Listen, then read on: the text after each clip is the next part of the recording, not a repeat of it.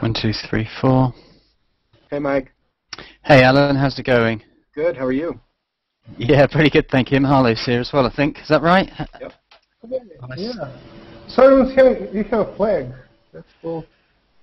What kind of flag is that? England. England. There he is. They're all sitting. Hello, Mike. How you doing, mate? Yeah. So do you have a program for the show tonight? No. Okay. So yeah. Right, The primary thing is for me. Yeah, the primary thing is for me to practice English. You know, because in order for everyone to understand and things like that. I've got the sock puppets, by the way. It's nobody else sort of them. Excellent. No, I've got a big puppet behind me, so we're good. Oh, cool. Yeah, we're good to go. Now, I think more than anything, it's just a case of just going with it. I've got no doubt you'll have people coming on with, like on the last hangout, with questions and answers. I don't understand what a word you're saying. This is going to make it very interesting. Okay. So here's the assignment. So let's see, Mihailo, you have to be the person who doesn't understand a word of English. Mm. Okay. Well, I don't. You know. I know, but play it up. When I first started Hangouts, I told everyone that I didn't know a word of English, and I was learning it as I go and as I meet people in Hangouts, and they were like surprised. And then came Victor, and he doesn't know a word of English, you know, and he actually started using Hangouts to learn, and that's great. So yeah, but Mike is talking, you know, with that accent in Liverpool, you know. It's like listening to Steven Gerrard, and you don't. Oh, don't worry, I can't understand him either, so don't worry. I'm Yeah, Scoozer, right? I'm going.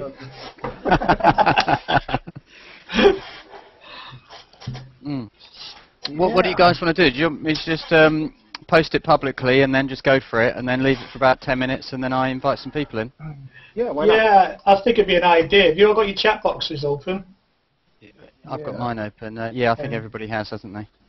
Yeah. So when you post it publicly, Mike, do you want us to share it to our streams as well? Yes, you can. Can you actually see it in your own stream for a start? You know, the mini player is actually physically in there. Because it should only be available in your 3 streams, and my stream. And we can. Yeah, I can see it now. Yeah. Mm.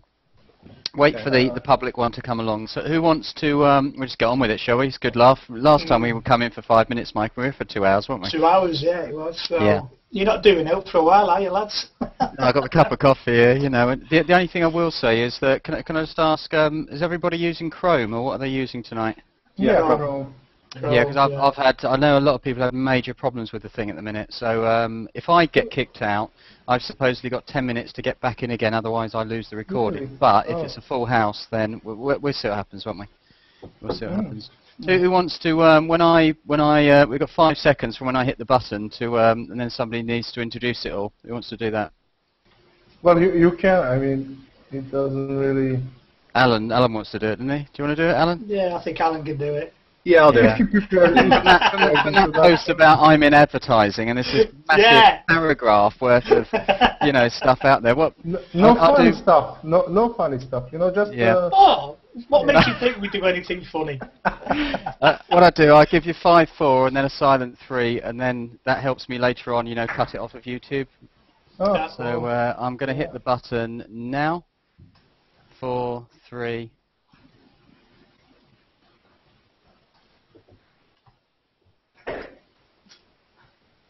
Are we live? We are live. Excellent. Live. Oh my God. Hey, this is so cool.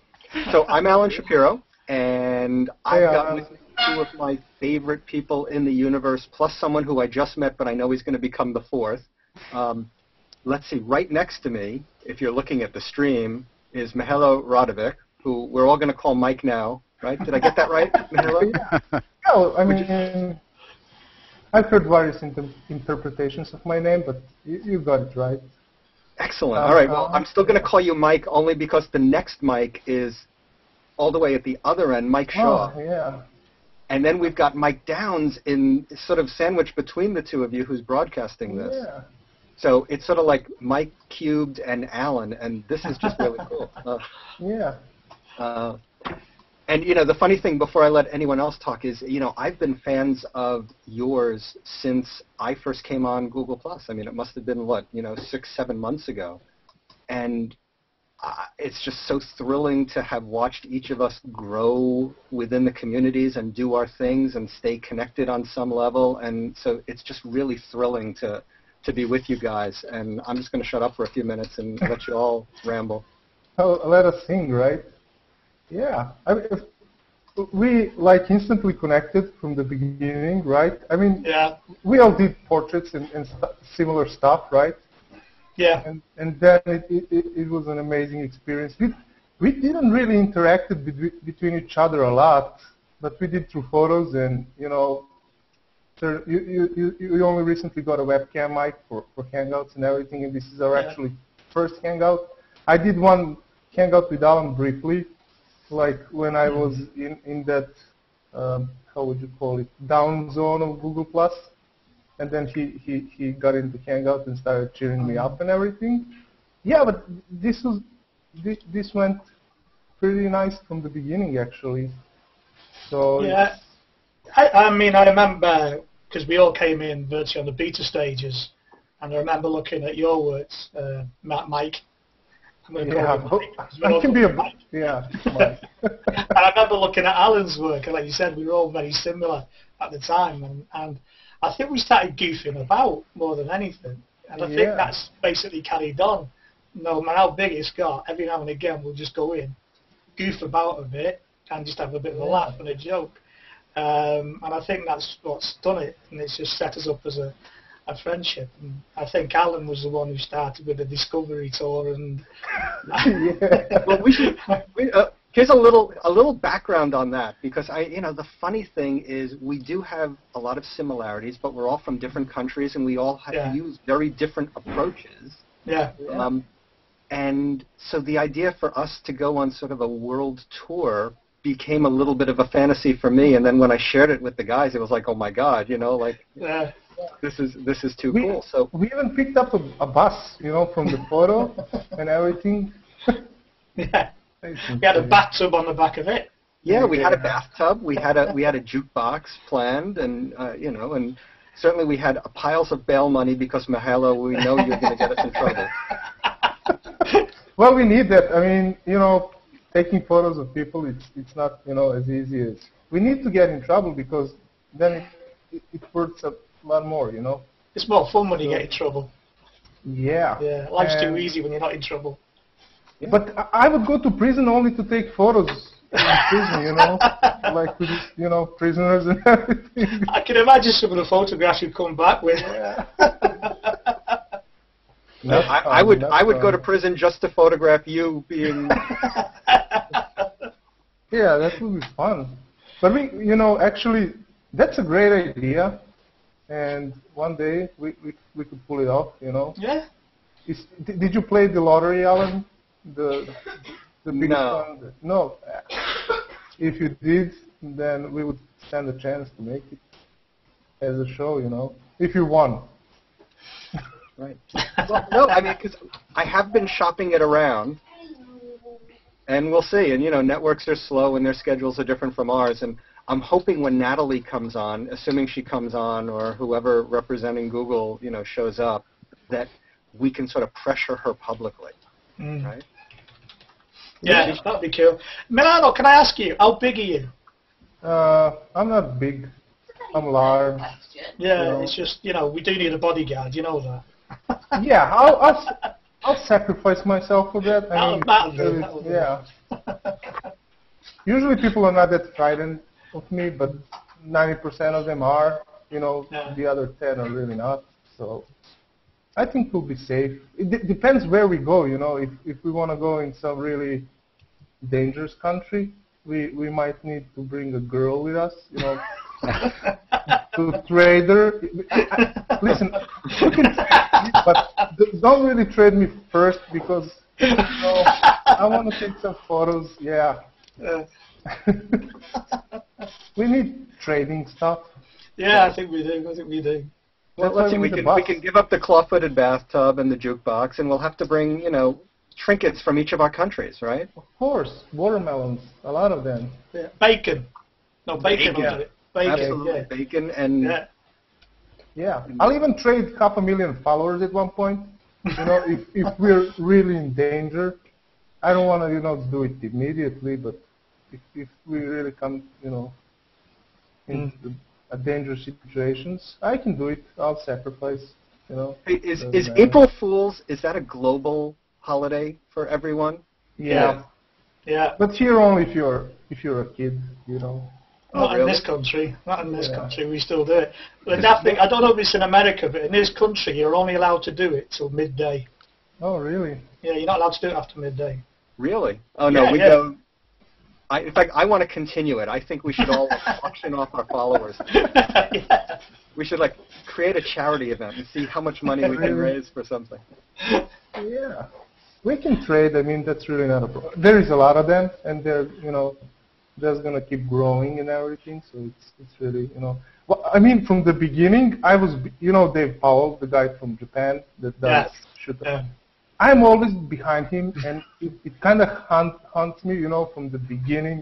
I'm down in numbers, and I tried everything, but it doesn't work, you know. So, I mean, that's numbers game for me, at least, to try to catch up to Dave. I think it was, what I actually enjoyed was the fact that we all hit that magic mark within a couple of days of each other. It was like bang, bang, bang. You know, I think you were first, then it was Alan, then it was me, and then it was like, oh well, we've done it now, off we go. So. Yeah, listen, I mean, you're kind of, half of people, I mean, probably 99% of the people don't even know to pronounce my name or even tag me in posts. You know, I don't know how to do that, and I've known you from the beginning. And they were like, I'm going to give up on this Eastern European guy. I don't want to, you know, I'll find someone else. Oh, Mike, he has a shorter name, you know. So, yeah, it's been a real, you know, a similar journey for us, I guess. But yeah, it's been fun. I mean, I think Google Plus has done a lot for a lot of people that would normally not get seen. I mean, I've been in this. I've only been here a short time. I've only 2006, which is no time at all. And all of a sudden, it's gone bang, bang, bang, bang, and it's escalated. And it's down to this site. I've said that it's down to this site more than anything else. So, you know, but you know, I think at some point we will meet up, and that's when the giggles will really begin. Yeah, I mean, we actually need to do it because and document it, film it, whatever, because. I guess we all talk with people and pretty much enjoy the contact, you know, and developing photos and you know, on the mark, talking with them and everything. So that would be a great experience. Yeah. And we should definitely. We're not that far away. I mean, in terms of. No, not in this day and age. Not like we're in Australia or somewhere down under, you know, forbidden lands and everything. Well, we should find like the midway point and meet. England. Yeah, it's England. Yeah. Hey, Alan, are you across here in April still, or you're not sure? My schedule changes so much that you know it's hard to keep track. But yeah, that was the plan. Yeah. Although my daughter's turning 13 in a few weeks, and we've had this trip to Borneo planned. Yeah. So you know, to go hang out with the orangutans and. We'll see. Yeah. Well, if you get across, let us know. We'll try and sort something out. Even if it's for a drink and nothing else, you know what I mean? Oh, no, we have to do more than drinking. We've got to go and carouse. We'll do this epic photo walk, right? Yeah. Oh, yeah, well, that's true. I mean, that'd be a massive photo walk. Imagine doing that. Yeah. We would get at least 20 people, right? I mean, or 30. 10 people per person. Yeah. I think we get a bit more than that, I hope. Yeah. Now, wouldn't it suck, I mean, if we threw a photo walk, all of us, and nobody came? Just us three. Yeah, that would be fun. Hey, hello, Vivian, how are you? Hey. What's up? I'm so happy to finally see, I don't know how to pronounce your name. You don't have to pronounce I should know, I'm Eastern European, but I have no clue. But I'm so happy to see you in a hangout finally. I've been hanging out probably more than everyone on Google+. You know, I had daily hangouts twice a day, 3 times a day, and I met a lot of people. I just never catch you, so. Yeah, because of the time zones probably, or something like that. But I mean, in the beginning, when they first started, I did a lot of them, and I probably met or talked to 200 people or more. And then recently, you know, it's kind of things slowed down, so I'm just, you know, but I'm here now. Yeah. I've started to really enjoy the hangouts. They're actually quite good fun. You know, like I say, we had one the other day when Alan just popped up on a hangout. So, oh, Alan's there. So I just went in, and that lasted a good hour. We just rabbited on about food. I think was the main subject, you know. But it was just fun more than anything else like that. And I've done a couple with Mike Downs, you know. And yeah, it's been really good. It's been enjoyable. I mean, I think this Google Plus Hangouts it's a unique thing, and I think it's going to get better and better. Yeah. Mm-hmm. We had our first Google Plus advert over in the UK the other day as well. Did you see it? Isn't it great? Yeah, the Tom one. Yep. Mm. Yeah, it was a really good one. And the next one apparently is going to be the Muppet Show in a hangout. They need to feature you in one of the hangout commercials. I'm not sure about that. Yeah. So, did you share it, Alan? Yeah, I did too. It's all shared. Cool. So how's things, Vivian? How you doing? I'm good. I'm good. Yeah. I'm like, I think this is the hangout that will collapse the universe on itself. Because I feel like all three of you kind of are on the same wavelength with your portraiture and your photos, and it's crazy to see you all in one place, you know. It's really cool. I really admire all of your work, definitely. We've been threatening to do this hangout for how long now? For a while. Since the beginning, right? Yeah, and everybody kept shouting at me because I never had a webcam. So I got a webcam. And you were the slacker, Mike. It was... I know. So we said we'll do it. We said, well, do it properly then. And then he said, oh, I ordered my webcam from Amazon or something. You know, it's going to be here in 3 days. No, not 3 days, no. We can go to the shop and buy one. Which I did in the end. So I saw that, what happened with, you got some cameras to some deals, sponsorship or something like that? Well, it's actually a bit more than that. It's really? I can't go into any details of it yet because it's still early days. Oh, never mind. But as in regards to the thread, I've an investor come forward. He wants to invest in me, so I can actually go and do photography full time. That's really a job, cool. And he's actually already started building a team to increase my web presence, website. So I've actually met part of the team already as well. So it's going to be big, to say the least. He said he wants to invest in equipment. So he asked me what kind of camera would I like. And I said, well, obviously the Canon 1DX. And he said, okay, we'll sort it out. But then he actually went one further. He said, well, why don't we get two and you give one away? And I went, are you sure? And he went, yeah, let's do that.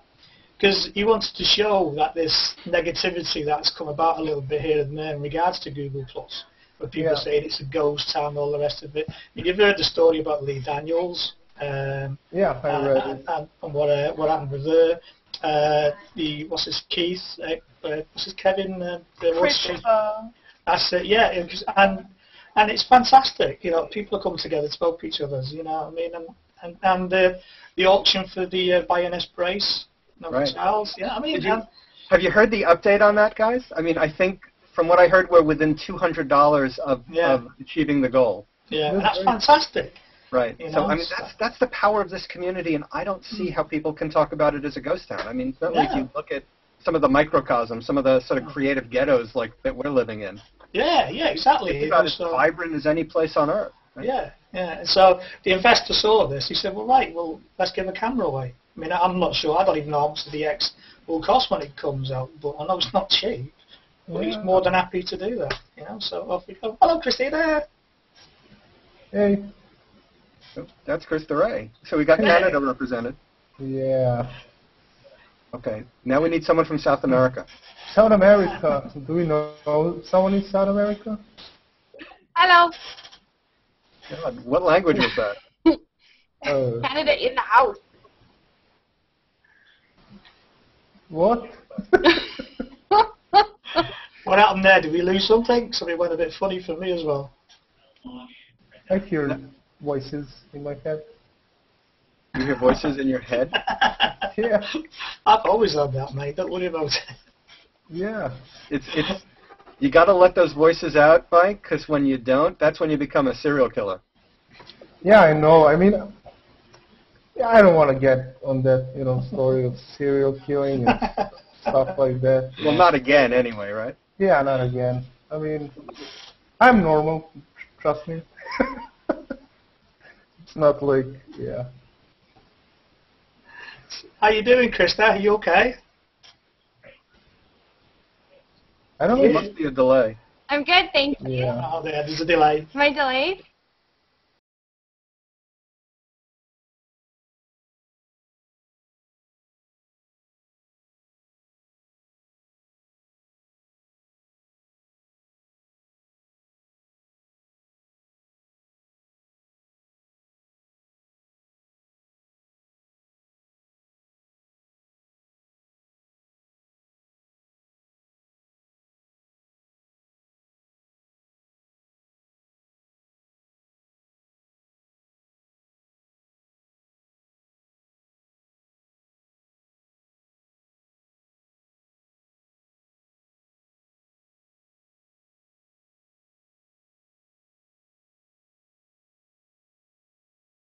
Yeah. No, Mike's back. Mike's back. The tribe has spoken. Yeah. Right. Yeah, What did you do, Mike? What did you go? I've just got computer problems here, but I've rejoined, so that's cool. We just lost Krista as well, but hopefully she'll come back as well, I think. Yeah. What do you want me to do about I've invited Natalie, as we know, and there's a few spaces open. If I throw it open to the circle of 60, then it's going to fill up. But I can do that. We can do it. Can we kick people out? I always wanted to do that. You're ruthless. You are ruthless. I have a question before I get kicked out by the tribe. Vote it out. We don't randomly kick people, No. Vivian, were you listening when we were talking about needing a female presence as we go on our world tour? I did, but I don't want to get traded off. Well, I mean, I will happily go with you, but I don't want to be traded off. Everyone is going to be traded at one point, so better be traded first. Yeah, I guess you're right. It might be a good deal, scheme of things. We might get a bigger bus, or like. I'm beginning to think Milano is part of the Eastern European mafia. Yeah, there's sort of like a black market thing going on. Not really. Yeah. Mihailo, we need like a big empty tanker with a lot of empty containers, like a ship that we can go off in the middle of the night to. Yeah, can you hook us up? Of course. Okay. It might be a boat. Yeah. What about, could we get a tank? We can. Can you hook us up with a tank? They're not really, expensive, but you can drive them on roads. You're gonna ruin everything because our roads are bad now, and if you drive tanks on them, it's gonna be even worse. So. You want to come and see the roads in the UK? I think we've had a question about trading. Yes. So I just wanted to know, since the three of you seem to have kind of similar interests in terms of portraiture, were you guys, how did you feel when you came onto Google Plus and kind of found each other? Were you just completely blown away that you found, two other, very kindred spirits who were doing similar things in photography that you were doing? Yeah, I get, speaking for myself, I used to hate street portraiture. I hated it. I didn't get it. I didn't understand it. And for some reason, when I saw Mihailo's work, it just clicked. It clicked for me. It was different enough. It was powerful. There were moments of truth, as I talk about them, that really spoke to me. So that was the connection there. With Mike, it was like a brother, Mike Shaw. It was like a brother from another mother. I mean, it's like we were the same brain looking at people, and the fact that we both love to write as much as we love to create images. I mean, I just looked at him and it was like I just wanted to, I wanted to run and give him a big hug. It was just crazy. Yeah, I was the same. I mean, because I came across Milano's work first, and I connected with Milano because of his portrait work, and we talked about it back and forward. And I can't remember what happened, but I actually came across Alan, I think, through Milano's work. So I went to have a look at Milano's work, and it's when I went on his portrait, I went, hey, hang on, what's going on here? Because is when you develop a technique or something, you tend to think, oh, I'm the only one, so to speak. And you suddenly find that somebody else is doing exactly the same as you were doing. But when you looked into Alan's work, I just loved it. I loved it. I actually think Alan's a better storyteller than I am. His narratives are a lot better. And I think the humour that Alan's got comes through, but it also comes through. You always think when you speak to somebody on the web, will they be the same when you actually come across them in real life and so on and so on? Yeah. And Alan is, you know.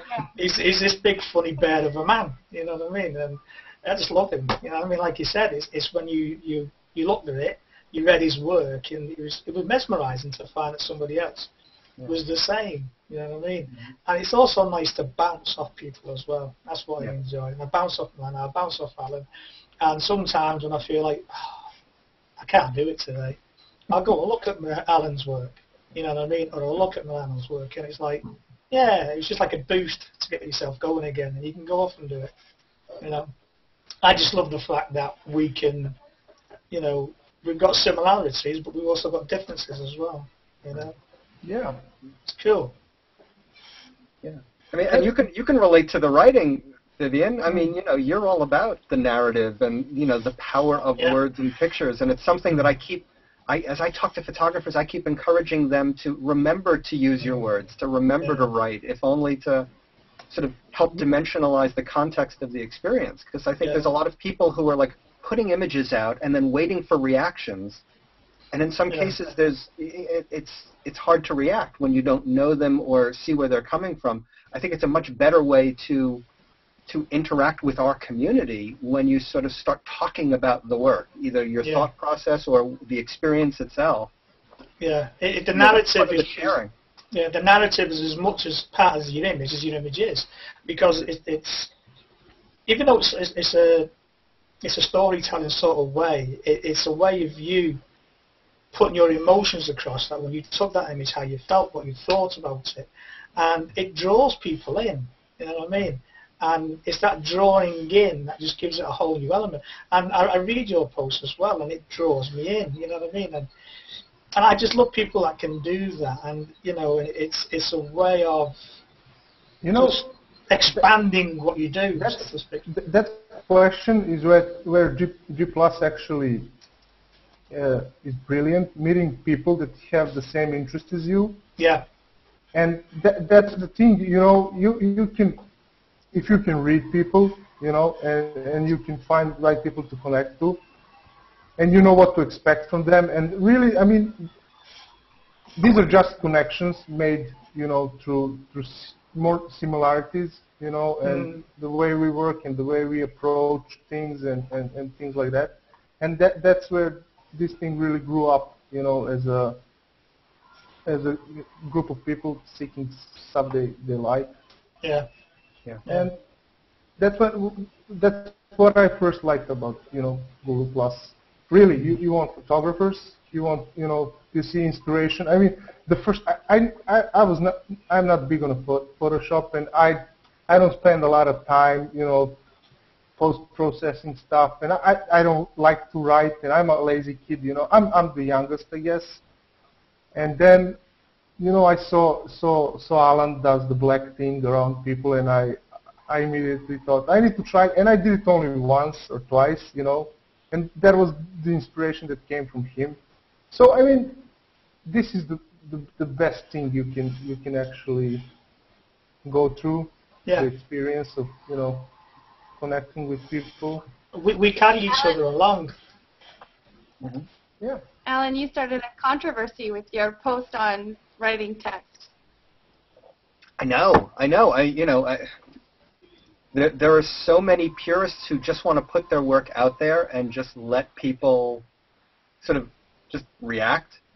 And then as we were talking about that, then the whole controversy about where followers are coming from and the suggested user list and, all the crap that people want to bitch and moan about in terms of this community. It's like, it's going on. And again, I don't want to take sides or anything, but this whole world of ours needs to be about engagement and finding and providing inspiration and seeking inspiration. It's certainly what drew me to you guys. Everyone here provides me with a daily hit of inspiration on multiple levels.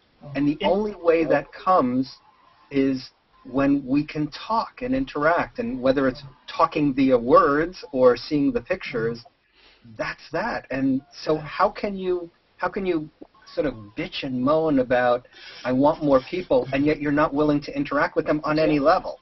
There's only three things that make Google Plus work. And I keep saying to people, the three things that make this place work are interaction, interaction, interaction.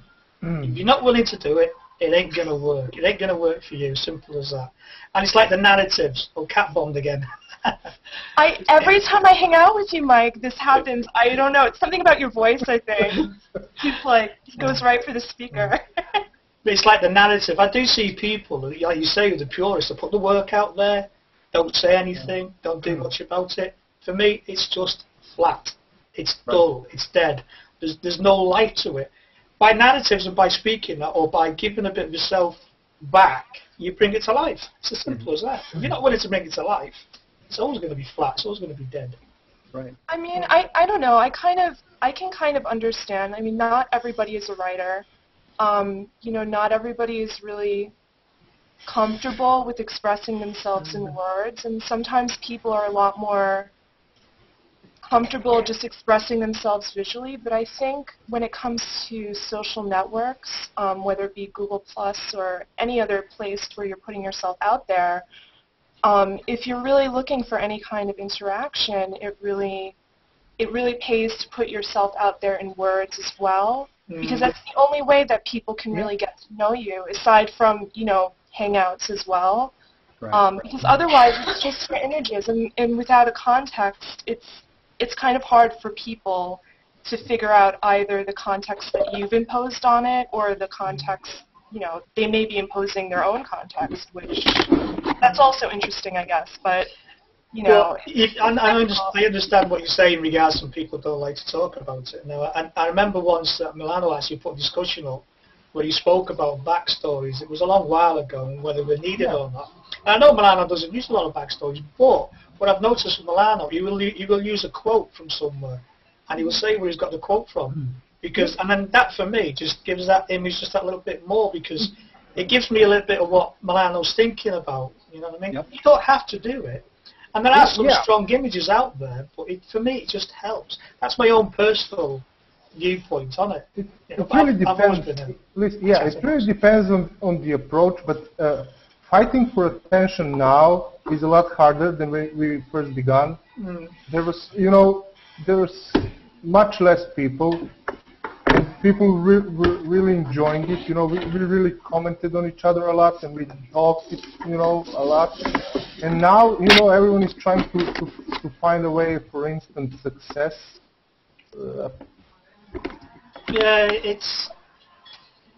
It can be hard, you know what I mean? I've often said sometimes it's hard to get out of your own stream in regards to Google Plus because of the numbers that we have, but we still do it. We still manage to get out there. It's just a case that we manage that time, I think. If you post a photo and ask a question, you'll probably get more responses to it. Or when you just post a photo. It really depends what you're seeking. No one says that if you post a photo you need comments, or sometimes you just want to post something. Really depends what you want, what you're looking for, and what's your place in this G+ universe. So there is no right way. No, it's how you're comfortable with it. And I think the good thing about the way G+ is, it's so easy to set up. How you get comfortable with it, you know what I mean? That's what I love about the place. But the focus did change. I mean, in the beginning it was photographers doing stuff for photographers. Now there are a lot of people that are following us that don't have anything to do with photography, And you need to dedicate more time to them. You need to explain them your stories or talk to them, because photos for them, plain and simple, are not going to work. You know, you need to put yourself there and give them a little extra so they can understand. So G+ did evolve. You know, in the beginning, we were photographers doing stuff for ourselves. I think G+ when it first opened up, the photographers just swarmed there because the Lightbox was there was nothing better than the Lightbox he had on G+. And so it became a place for photographers. But it's expanding now. We get a lot of different people, like you said, coming. But you know, we got to give props to more than just the photography community. I mean, there are writers, there are illustrators, there is such an incredible creative community here.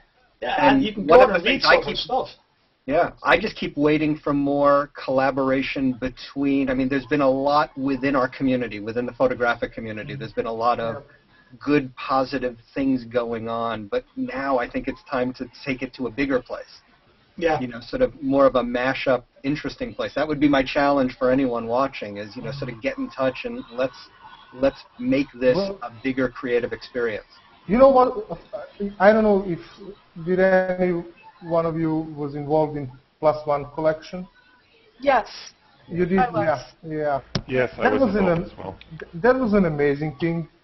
You know, I mean, it really worked out, and it just showed how Google Plus can be used as a platform, because it is connecting people from various, you know, things, and it can, you know, pull out great ideas. So it will certainly grow, you know. I mean, we're talking, and I probably didn't meet half of you, you know, until now. So, I mean, it's and I met a lot of people, and I did a lot of hangouts before, and I mean, it's a great experience. I think Google Plus has only just started. I don't think we've seen anywhere near its potential yet. Yeah. You know, it's still very early days. Everybody tries to compare this place with Facebook. I mean, you've got to remember when Facebook came out first time round, it wasn't as big as this. Within the time this place has got as big as it has. But you can't compare this with Facebook. Completely different animal, and it really is. But like you say, you know, it's the tip of the iceberg, I think, what Google Plus is doing now, and I think it's going to go boom, and it's really going to take off. God knows where we're going to go with it, but it's going to be a good ride. I'm going to enjoy it. Well, the good news, we get to decide, right? Or exactly. You know, the amount of times they come back to us and ask us, what do you think of it? And we get an input into this. Brilliant. Yeah. You know what I mean? Yeah, that's one of the things that really impresses me. I mean, we did that thing for Corey Fisk, right, Mike? And you know, Mihailo, I don't know, but you know, we just wanted to do something, and not just for her, but for a different community. Yeah. And the fact that they responded as they did with their signs, did you see that? I mean, you know, that like moved me to tears. I mean, just the fact that they're paying attention to what's going on. Yeah. And really responding and interacting. You know. Yeah. I just can't. You just can't get any better at the moment for me. And I'll just sit and see where it goes, and we'll take it as it comes. You know, I love it. I really do. Yeah. How you doing, Justin? Yeah, hi folks. I was going to say something, but I couldn't get a word in. It's like something big was happening or something, yeah. Oh, nothing big yet, mate. Do you bring any sock puppets? No, no, sockless, unfortunately. Fresh out. Sock puppets are downstairs here. I'm at a disadvantage. How you doing, Cameron? Excellent. How you doing, Lord Parker? Oh, by the way, Lord Parker is actually a lord. Really? Yeah. For real? For real. It's like that movie with Dr. Dre, when the guy's asking him, you know, my brother went to medical school for 5 years, and you just decided to call yourself a doctor. So wait, Lord Parker, what is your first kidding. name? Yeah. Are you Lord Parker? Yeah, hi. I never actually have to use it because I'm a lord, but it is actually Miles. Oh. So no one ever calls you by your first name? Only my family and close friends, yes. Really? So do I need to curtsy? You're not a woman. Oh. Hey guys, if we bring him with us, we can trade him. His potential value is probably much more than a regular person. Absolutely. Yeah, we've got nobility, English nobility with us. Yeah, we can. Yeah, you don't. Especially if we go down to the Falkland Islands or someplace where they really have a a fondness. Yeah, we'll trade an Englishman. Right. Even Australia, I'll bet we could get some. Well, listen, I mean, we are all about trading value, so we need to be organized. We have only so many seats in the bus, right? How much? Oh, it's a big. It's the Defender. We've got 8 seats. Plus, if we want someone, Vivian can hang out in the bathtub and on the trailer. Plus, we've got the roof rack. I've got my bike. That's coming as well. I'll get something on the back of that. All right. Yeah. I'm not going without my bike. I'm really not. Can't we get a Safari instead? That's bigger. Huh? Can't we get a Land Rover Safari? That's even bigger. Well, if anyone from Land Rover is listening, we'll be happy to drive any of the vehicles you want to provide on our world tour. Believe it or not, I actually work for them. Not actually Land Rover themselves, but the company I work for own Land Rover. It's Tata Chemical. Well, it's Tata. It's an Indian company. They've actually bought them. Yeah, that's also Jaguar too, right? So. Yeah, same company. Yeah. Oh, because I see Mihailo in a Jaguar personally. Just don't you? Yeah. So big dark glasses and a nice scarf billowing behind him in a convertible, and you can be on the bike, and I'll just have the circus clowns in the Safari or Defender or whatever we're driving around. I think Milano that's have blacked out windows. I just saying that we've lost him. Where'd he go? I don't know. He doesn't Is it something you said, Alan? Depends which era of a Jaguar. Otherwise, you need to be a mechanic. Justin, it's always something I say. Here he is. He's back. Oh, look, don't tell him what we said. Really? No one wants to be traded? Is that? Well, I mean, yeah. Well, Eastern Europe was always unstable. What you gonna do? Hey, Billy, what's up? We have a Canadian flag, we have an English flag, we have a royalty and things. Is that the Queen on your wall? Yeah, that's Queen Elizabeth II. Oh, really? Oh. We can trade you as well. There's 2 Canadians. Actually, I'm a Canadian, but I live in the United States as well. Kristen's Canadian as well, aren't you, Kristen? Canadians. That's because they have nothing to do up there. What are you talking about? You're here. It's not maple syrup sugaring season yet, so we're all unemployed. Right. I mean, what else? Hockey's almost over. There's no maple syrup to harvest. The bears are sleeping. Well, Yep. I made a little bit of it this year. Snow tomorrow. That's Wait, look, I just lost 16,000 followers. Look. You did?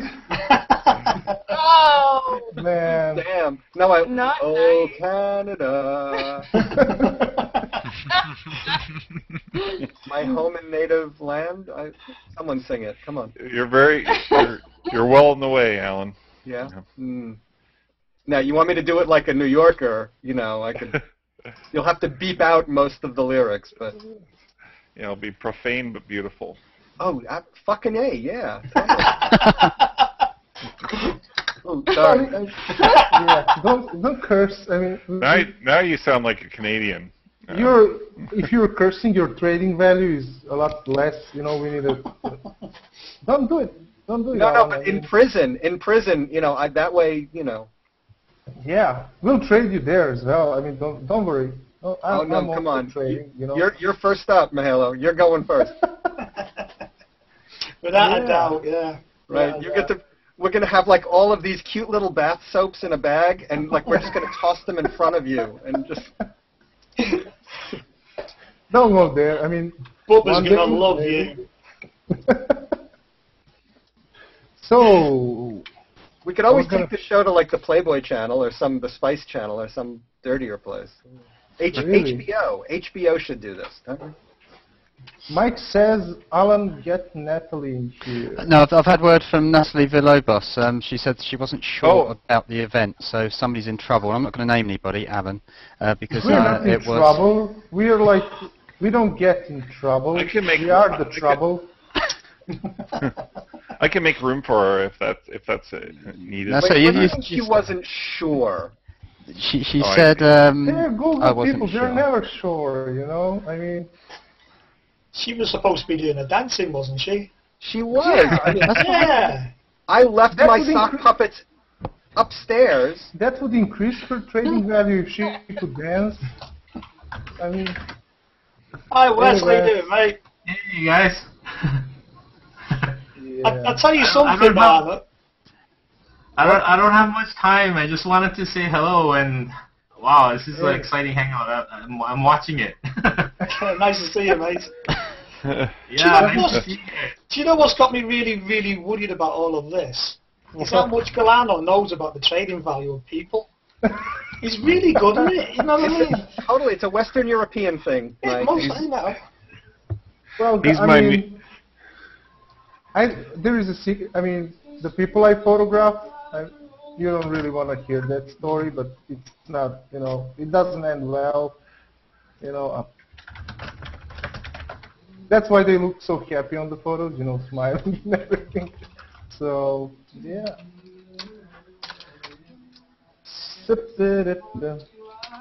We can always sing. I always wanted to be a singer. Well, wait, you said you were going to prepare a dance. Yeah, where's your dance, Marlon? I'd say everything to increase my trading value, but not today.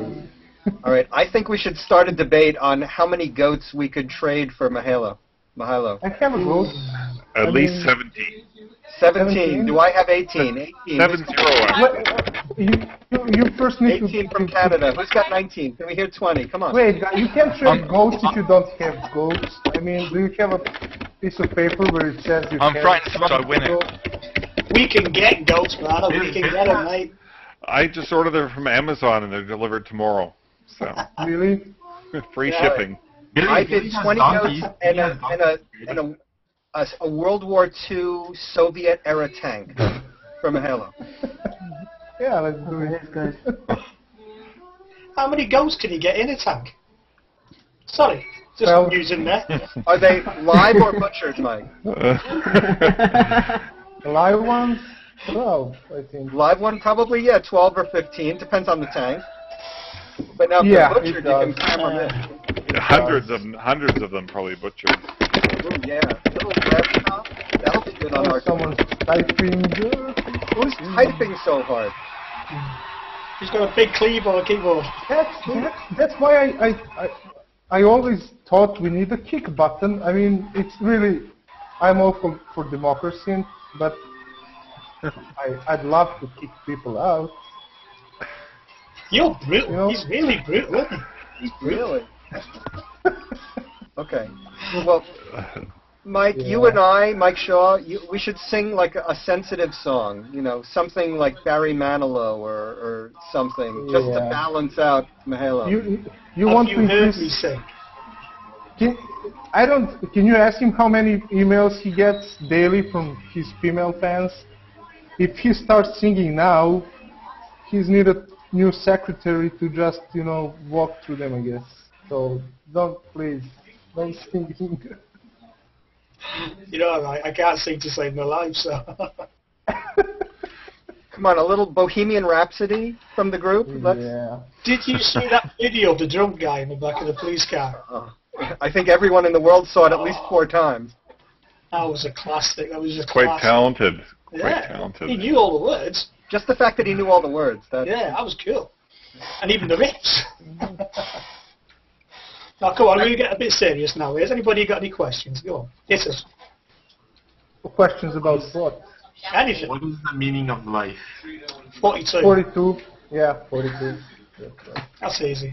Wow, you had that. That was way too synchronized. Yeah. I actually watched it. He was on the telly here the other day. Yeah. Yeah, it was cool.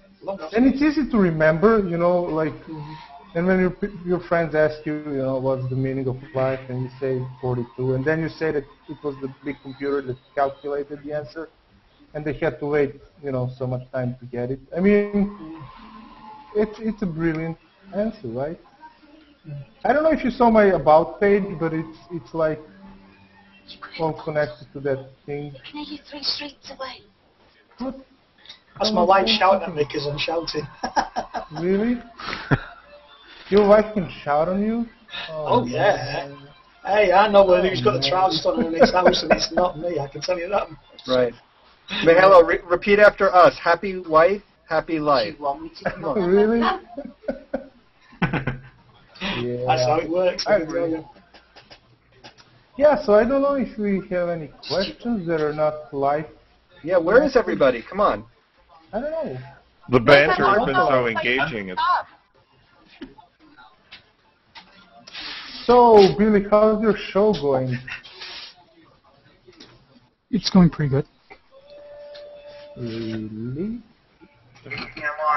Yeah. Man of a few words. Next. Yeah. he speaks in haiku form. Well, only. he's awfully silent for a host, for a show host. Oh, he's crashing again. Well, Who?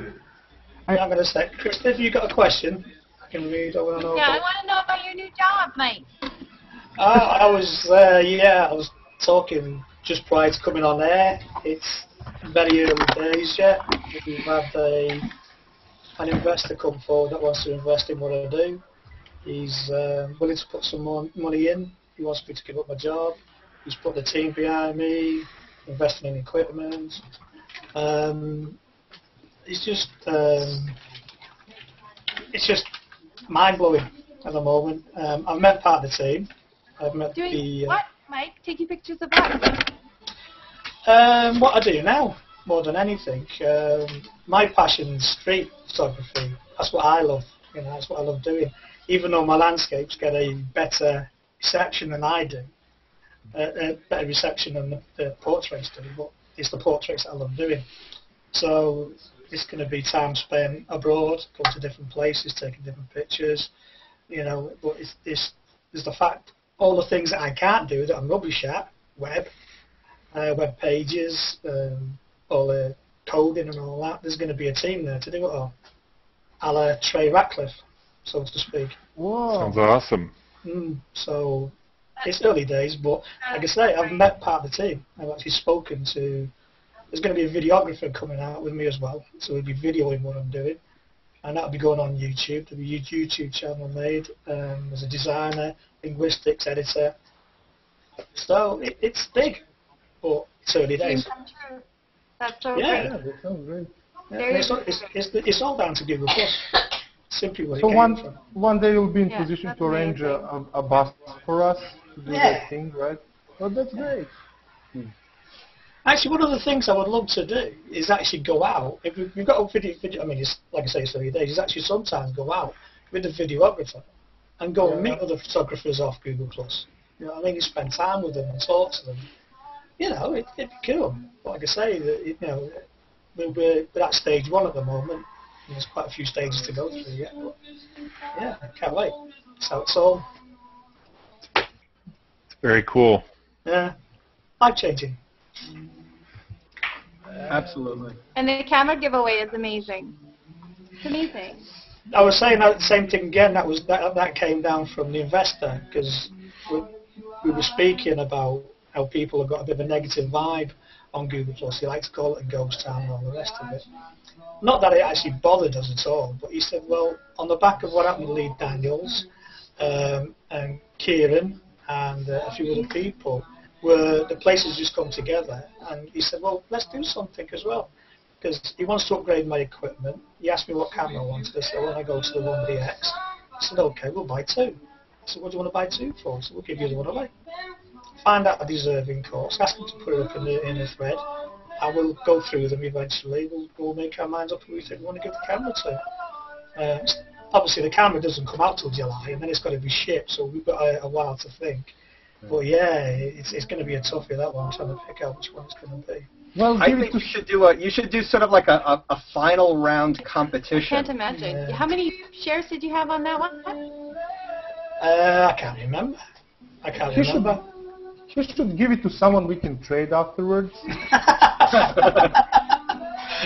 So yeah. Well, somebody actually made a very good suggestion. They said, if you've got a full frame camera and you give it to somebody who's got a DSLR, it's not a full frame, then they pass theirs on. So they get the 1DX, and they then give whatever camera they've got down to somebody else. So they pass on their DSLR. And whoever they pass it on, if they've got then like a bridge camera, they then pass that on to someone and so on and so forth. You know, so it's pass it on. Yeah. You know what I mean? So, but like I said, it's very early days. It's very early days. Yeah, it is my TV because my wife's just shouted at me. He's going to have to get booted out. Yeah. Mike's going to get booted out of his own hangout, isn't he? Yeah, it's because I'm Alan's fuming. Wow. All right, Mihailo, we're trading Mike. And I'm going to drop off to let someone else join in. Thanks, everyone. Appreciate it. Cameron. See you, Cameron. See you, Cameron. I think my trading value is just going down. Oh, Natalie's here. Fantastic. There we go. Yay, Natalie. Hello, Natalie. Yay. Woo. Representing Google. Nice. Look at that. Oh. She's in an aircraft hangar. I'm trying to post my gold photo, and I can't. Go ahead, Natalie. Oh, I'm sorry. I'm just gonna stay muted because I'm actually working like in like the Google Plus area, so I don't want to walk us like, around. Introduce us to everybody. Everyone's kind of going off to lunch. It's noon. Well, follow someone. Choose someone at random and follow them. I'm sorry. We can follow Chu or. To Chi. Yeah, Chi, I think, actually works full-time in the Kirkland office. He travels down here regularly. I see him every now and then. Well, I can't post my goat photo. I don't know what's going on. Krista Ray, you have such beautiful lighting on your computer. Oh my goodness. You look like super. I have the worst. Oh, you look like kind of like gothic and like it's kind of cool. No, I have the worst setup ever, but thank you. I will say that I'm sitting on, let's see, I'll show you guys. There's a list. There's fake grass. AstroTurf, nice. Yeah. And then we have lots of couch.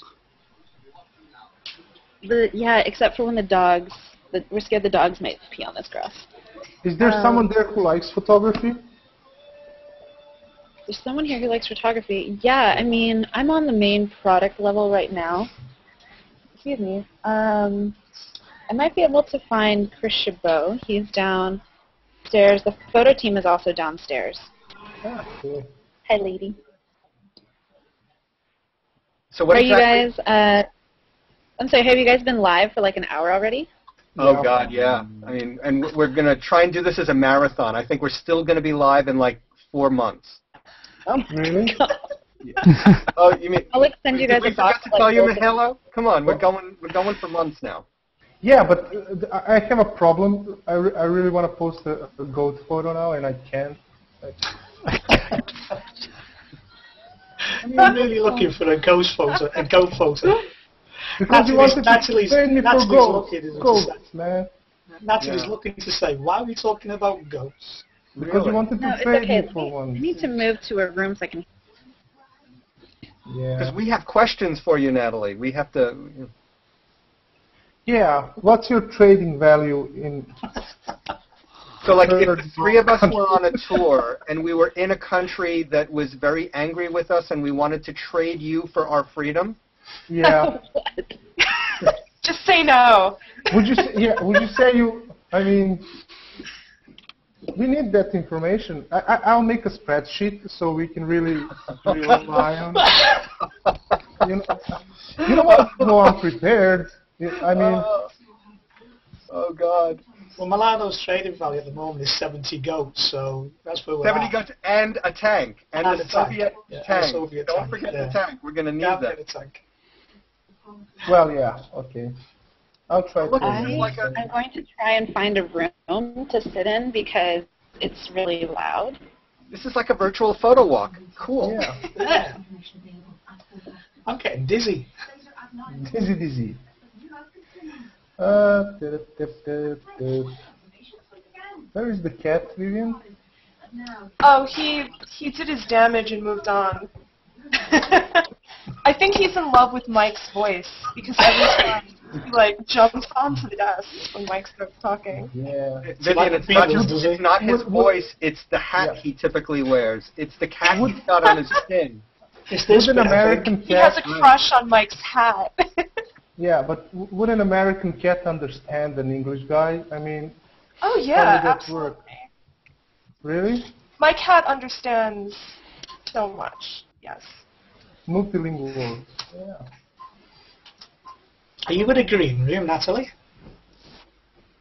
I don't know. Sorry, I'm also not talkative right now. You guys caught me like in the middle of my workday, and I had forgotten that this is right now. And so I'm like managing between multiple different browsers and like 3 different chat windows. I can post a photo, but I'll share it here, so you can. No, he's found a goat. Yeah. Don't trade me for goats. Yes. I think you'd make a good trade for goats myself. I really do. Their eyes are really scary. I mean, once I got his photo and I started working on it, and I saw that eyes are actually not normal, I freaked out. Well, Mihailo, your eyes aren't normal either, so we should do a side-by-side. Can we do that in Hangouts? No. Yes. Mike's your man. Mike's your man. Yeah. So when is the rest of the world going to get on Air Hangouts? I actually had them, and they removed my privileges because I was not behaving. Why does that not surprise me? Well, I mean, they said... Yeah, because I'm from Europe, and Europeans are... And I'm from Eastern Europe. That's even worse. Oh, God, yeah. I mean, you still have mine to deal. Then I'm from Serbia. That's like...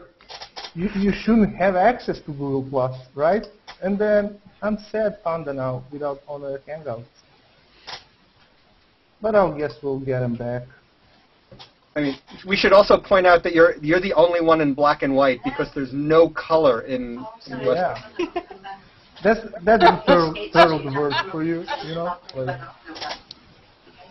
and my trading value is a lot less because I don't have access to on-air Hangouts, right? Your trading value is quite high at the moment. It really is? Yeah. But imagine if I had on-air Hangouts. I mean, you could trade me in for 1px. I'm feeling sorry for him. I'm going to have to go black and white as well just to back him up. Oh, how'd you do that, Justin? Just desaturation. You're a photographer. You ought to know these things. Alan. Yeah. But, all right. I was just testing you. You want to do a Photoshop tutorial on how to desaturate yourself? I'm how to desaturate someone in a Hangout. That's. We need more like retouching. We need more retouching tools within Hangouts on Air, so we can like draw mustaches on each other. And Krista's gone black and white as well. Look. Really? Well, I mean, black and white is much better than color stuff, you know. If we all do it, it would just be Alan left in colour. He'll feel left out. Did you install the software, Mike, for your webcam? Say again? Did you install some software for your webcam? It just came with it. Well, can you desaturate yourself? Probably not. Well, we're all doing black and white stuff, and then we go into Hangouts and we're in color. I mean, right? It would be like a very Wizard of Oz thing. Yeah. Yeah.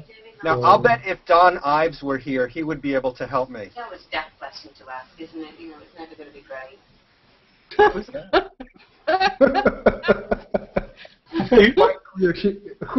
What question? Who's Don Ives? So, do you guys have any questions for me besides how much I'm worth if you guys all were to be I'm sorry. Well, are you yelling on us already, Natalie? Okay, I have a question. I want a badge when I mean, for all the people that have over 1 million followers, we want badges, you know, to say golden stuff with. Do you want badges or do you want something more like a hat? I want a badge, you know. Really? It would be nice to have a badge. out of curiosity, what is the value of a badge? 20 goats. Well, yeah. I mean... and a New York City fire hydrant for your fake grass. Oh, the goat is back.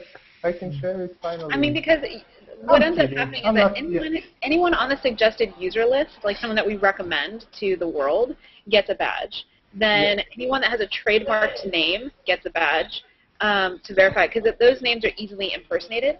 And then pages or names that are, again, like more folks that have like highly impersonated names, they'll get badges. And then Google employees that are advocates for the company, like myself, we have badges. So that's kind of like the criteria. Do we have badges, Natalie? Well, do you fit into any of that criteria? I don't know. I think so. I think what it is, I think just Milano wants a badge. Yeah. I have a badge, but I want a better badge. You know, I mean. I'm going to have Don Ives make me a badge. I don't even really know what that means. What? That you want a better badge. Like you want me to go design you a new one? Well, I mean, I don't know. It would be nice to have a badge. Okay. I think we should go back to Alan's idea of getting you a hat. Yeah. A hat? Right. Like a hat with like the badge. With a giant plus, you know. Yeah. A big check mark on your forehead. A bit like a Mario hat with a big plus on it there and stuff, instead of the M. Well, if that can be done, why not? I mean, I'm open. You know, why not? Well, wait, Mihailo, what if Natalie sent you a goat with a badge? I don't think they're allowed to trade goats. I love goats. So if I had a goat to spare, I would keep it. All right, but they have creepy eyes, Natalie, so how do you justify that? Yeah, they have the square Not when they wear eyes. sunglasses. Oh, okay. That's, yeah. She makes a valid point. God, I'm speechless, which is so rare. I love goats. I really would like a pet goat. So if we think of but only the small ones, you know. I mean, when they're small. I can send you like a mini pig. You can have mini bacon in Serbia. Ooh, bacon. Yeah. Bacon. Mini bacon. Say bacon. Mini bacon. Well, yeah, if it's a mini pig, you get mini bacon. Yeah, I know. But you'd have to read that whole, though, wouldn't you? It's not a bad still, but I mean, we can, you know, do something like that. Mihailo? Yeah. Natalie is going to get creeped out and never come back again. Why? Okay, I'm just.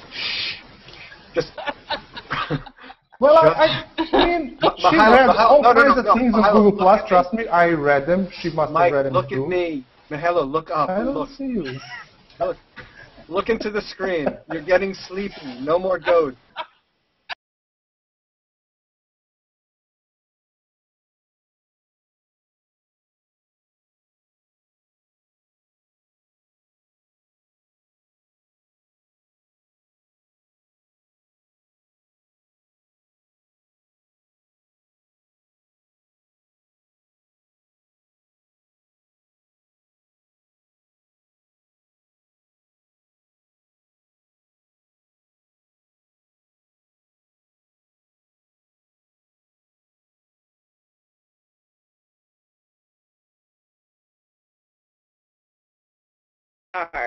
So I'm going to go kick it with Ann for some lunch. But Mike, I wanted to say I'm a huge fan of your photography. Been following you since the beginning, and I'm really, when your photos come up in What's Hot, and when they kind of just come through my stream, I get so excited with what you produce with like your photos and the kind of like the writing that goes along with it. It brings a sense of peace to my day. And in a crazy, chaotic Google Plus world, like that is probably one of the most valuable things that I'm served in the stream. Thank you. It means that you were actually one of the first people within Google Plus who actually put my work out there. So I'm really going to thank you for that as well. So I think because of you, I actually get the recognition I get here now. Can he get a badge? or a goat? I think Mike Shaw has a badge because you were on the suggested user list, right, Mike? Yeah. Still we have like 4 people that are on the suggested user list here. Can you what? We have 4 people that are on suggested user list here. There's a limited amount of people that can be on the suggested user list. No, and in this Hangout we have 4 people that are on suggested user list at the moment. I'm sorry, There's 4 of us here in this Hangout who are actually on the yeah. suggested users list. There's Alan, Milano, myself, and Vivian. We're all on that at the moment, yeah. But it's cool. And yeah, Vivian, you're approaching 1 million, right? Over. Yeah, I hit it over a 1 million. while ago. Over. Yeah. Damn. Nice. Between the 4 of us, we've actually got over, I think it's nearly 4.5 million. Right. That's why we want badges, nothing more. How about some green smoothie drink? I'll send you some green smoothie drink. Okay, yeah. Ooh. That'll do. All right, I'm gonna jump off and hang out with my PR homie. What we like to do is I like telling her about some of the cool stuff that's going on in G+, just so that I evangelize the product team a lot, just letting them know the cool things that you guys are doing, and so this is one of those meetings I like to have with PR to let them know of all the neat stuff you're doing. So, all right. Thank you so much. Try to minimize the conversation about the creepy goats and the badges. Yeah. Believe it? No, it was the creepy goat eyes, right? And badges and trading values. And this is all going to be recorded for the rest of our lives. So, Nice meeting you, Natalie. It's nice seeing you guys. I want to hang out when I have more time and when I can be more focused. I'm just like right in the thick of my work day right now. I think it'll happen again somehow. Okay. Bye. Bye. Okay, see you, Natalie. Bye. Well, there goes trading of Google employees. Yeah, cross that off your spreadsheet, Mike. I don't think it's going to work. Mark Zuckerberg would probably give us 20 people. No questions asked. We don't even need to wear that shirt. I mean, we don't even have to be on Facebook, right? Oh God. I don't know. Oh God. Can we mute someone? Who do we want to mute? Who do you want to mute? You better not be talking about me, Alan. No. Hey, Mike, I have a question. Mike Shaw. Go up. Mike Shaw, we're in a similar place. I mean, we both feel so strongly about portraits and the people we meet, and yet when each of us posts a landscape, it goes through the stratosphere. Why do you think that is? It doesn't... People like that. Easier to comment on...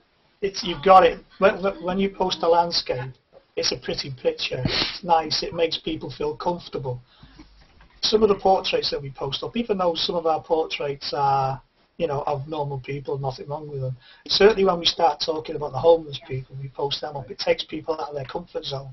Right. And they struggle with that. They struggle to respond to it.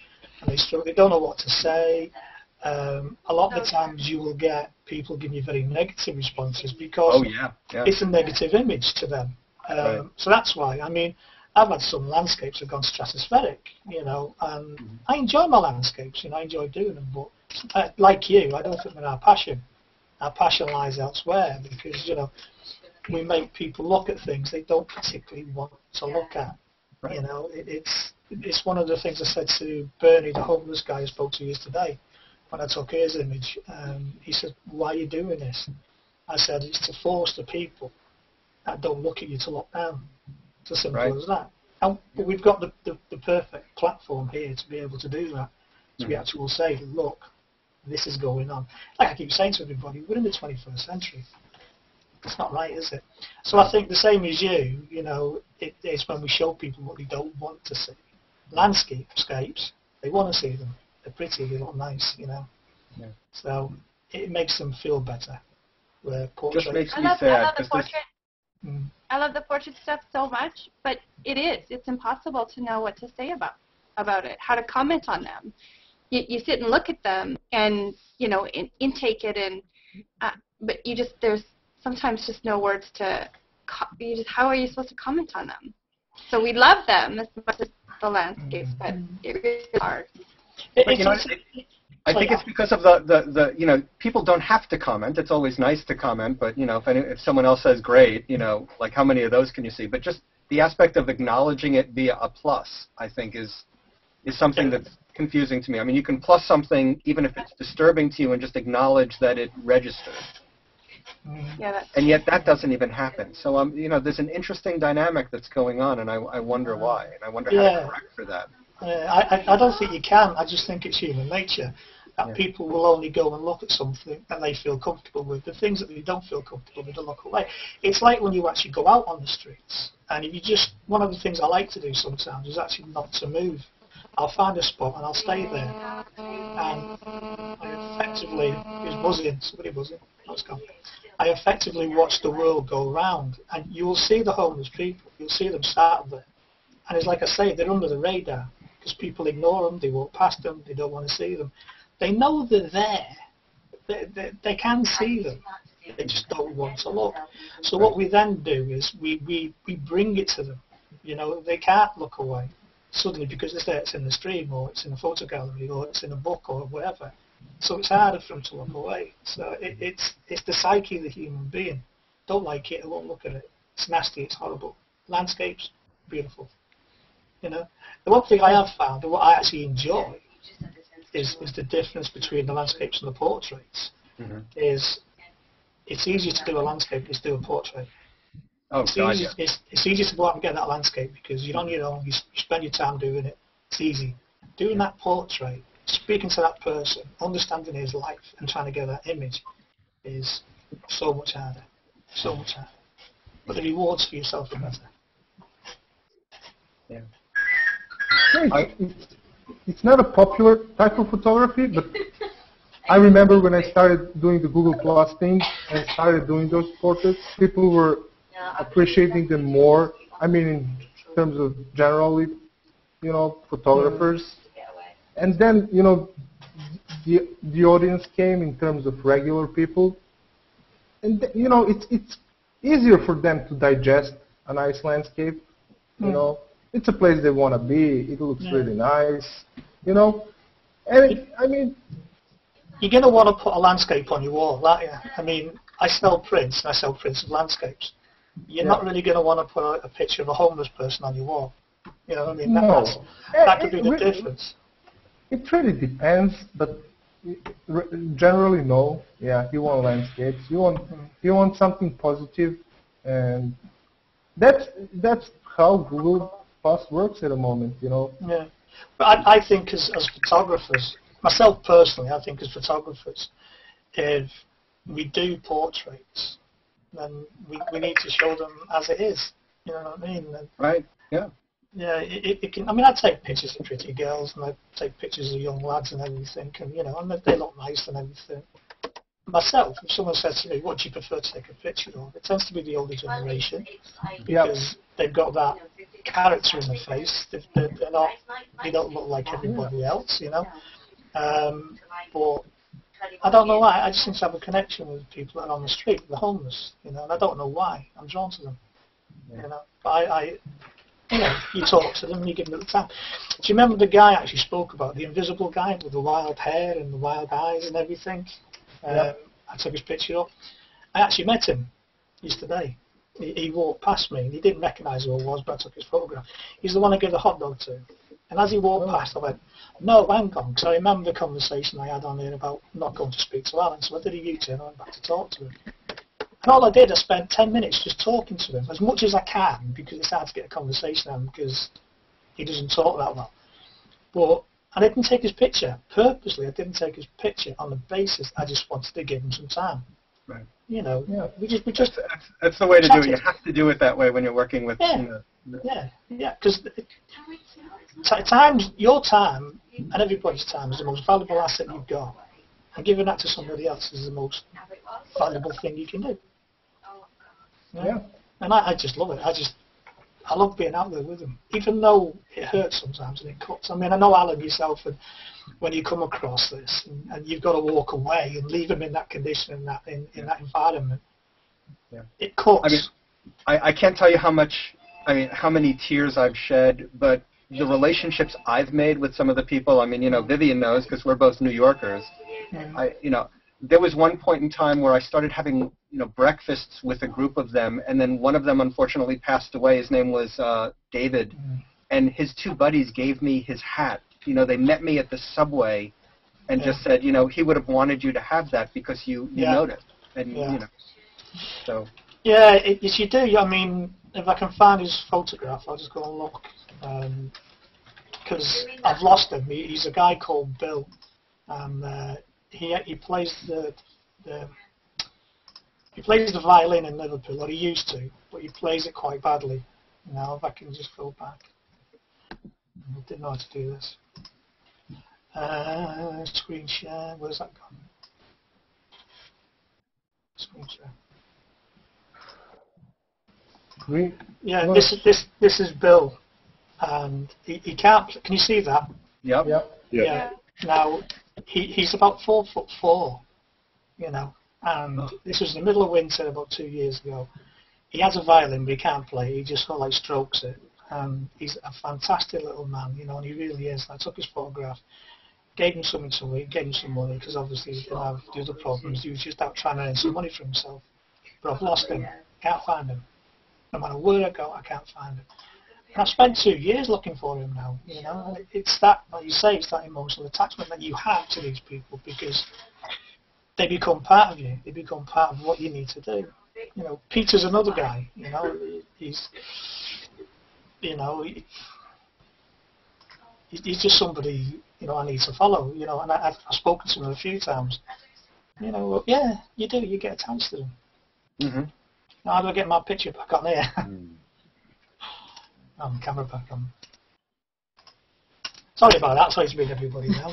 That's a good. It's a good thing to talk about and a good thing to look at, and it reminds me of that idea that every person has a uniquely awesome story, right? Like so you know, you're looking at people who really get overlooked all the time, but so much, you know, whether it's the person who's mowing the lawn or the person who's, you know, serving food at a restaurant, all of those people, all of us, have a story that is incredible and invaluable and unique.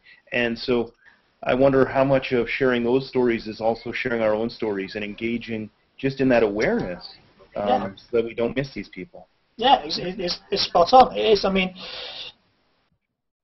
I often sit and look back at these people because I could have been there. You know, if not for certain people in my life, I could have been there. You know, people say to me, "You're only 3 paychecks away from it." You know, so for me, there's an emotional attachment to these kind of people. But I think, like Alan, you know, I don't think it's when you interact with these people and you talk to them, and they're human just like everybody else. It's just they've not had, you know, the breaks that we've all had. You know, they've had a shitty end of the stick, as we call it in the UK. Right. Well, you know, one of the interesting things, Mike, I'm sure you've had this, is, you know, there are times where I just sit down and start talking to someone, you know, you know, particularly a homeless person, and then I'll be done after whatever the period of time will have finished, and I'll just start walking away, and I've literally had them say, don't you want to take a picture? Yeah. And there are times where, like, I'm just totally so caught up in that interaction that, you know, I've got to remind myself. Alan was my first one. I mean, you'll see him in my thing. Alan was the very first person who set me off on this course. But I sat with him for nearly 40 minutes in November on the pavement, just talking. You know, and the things he showed me, his books, his reading, his photographs. He had photographs from the Far East that he had taken as a boy. And, you know, your immediate reaction is just to walk past. And it's when you speak to him, he had a very clipped English accent. And I wish I'd gone back to speak to him last time, but I was just a bit too overall and a bit emotional.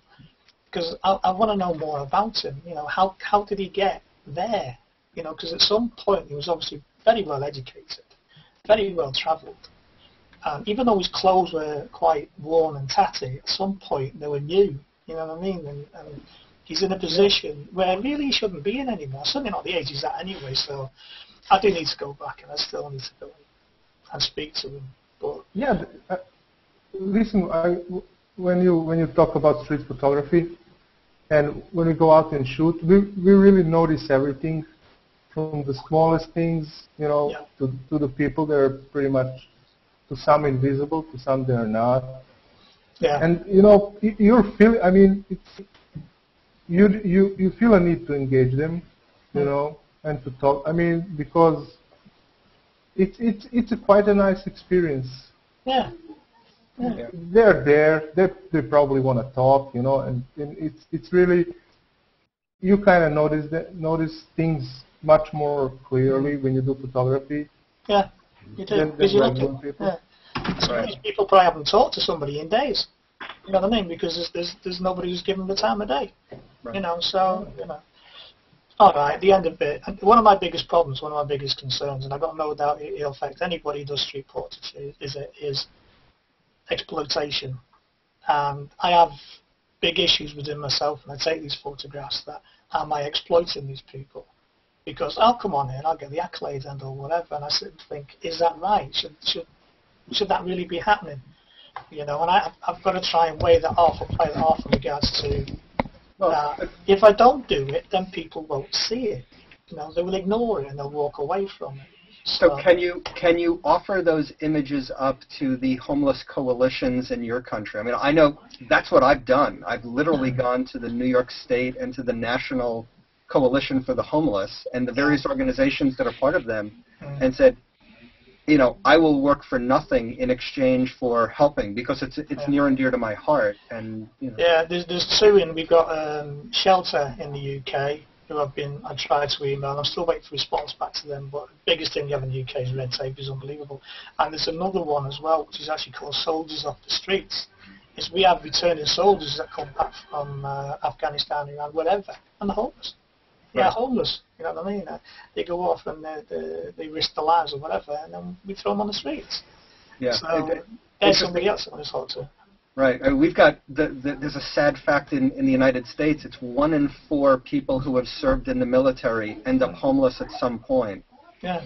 And so as someone, I mean, I'm all about veterans like I am about homeless people. They're fascinating, and I'm proud to meet them and forget government, whether you believe in that or not. It's really about serving at that level. Yeah. And so when it comes together like that, it just blows my mind. And I think we're the same. What I mean? I always say about whether you agree with the war, whether you agree with people going to war or not, you know what I mean? It's regardless. I always say to people, would you do it? Would you go out there with a gun and have someone shoot at you? Right. No. I would. I know you would. I would love to shoot people. And you know what, Mike? We would give you a badge. Yeah. Well, listen. And a goat. And a goat. Yeah, I have a goat. I need a badge. Hey, I have a question for you guys. Have any of you ever been in a situation while you're out there that was so uncomfortable or made you so fearful that you hesitated to do it again? Ooh, that's a great question, Sandra. Well, I mean, me as being a woman, I would probably not approach somebody because a lot of times people on the streets, they may have mental issues that you don't know about that could make them react, badly or something. So I think about that all the time when I see you guys doing this. Yeah. Are you talking specifically about the homeless population, or are you talking about just in general? Because I think for me, you guys, when you're meeting these homeless people, those are the ones that really get me. Those are the ones that you can see on their face that either they're smiling and you wonder why are they happy, or they look so serious and you can see that they've had a rough life. Yeah. So those are the people I guess I'm talking about, not just the average person on the street, but these people that you're talking about who you sit down and talk with and get to know them. Yeah. I mean, I think it's.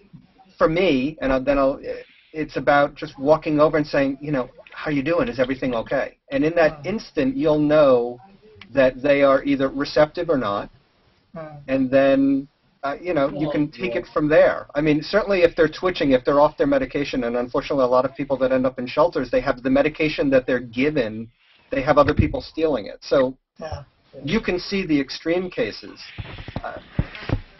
And I've had people chase me. I mean, who at one point we were having a very civil conversation, and then something clicked, and but especially with the homeless population, it's important enough to stay at it because it's a passion. It's a cause that I believe in. Yeah, I mean, I've been fortunate in regards to I've not really had anything that big happen. And then obviously in the UK, there's less carrying of arms, so to speak. We don't have freedom to guns. It's an offence to carry away. You can't even carry a knife in the UK. That's an offence to give you 3 years. Obviously, they're mentally unstable. You don't know sometimes. But as Alan says, it's that initial approach. You can see the homeless. Some of them are just simply walking around. Some are sat there begging.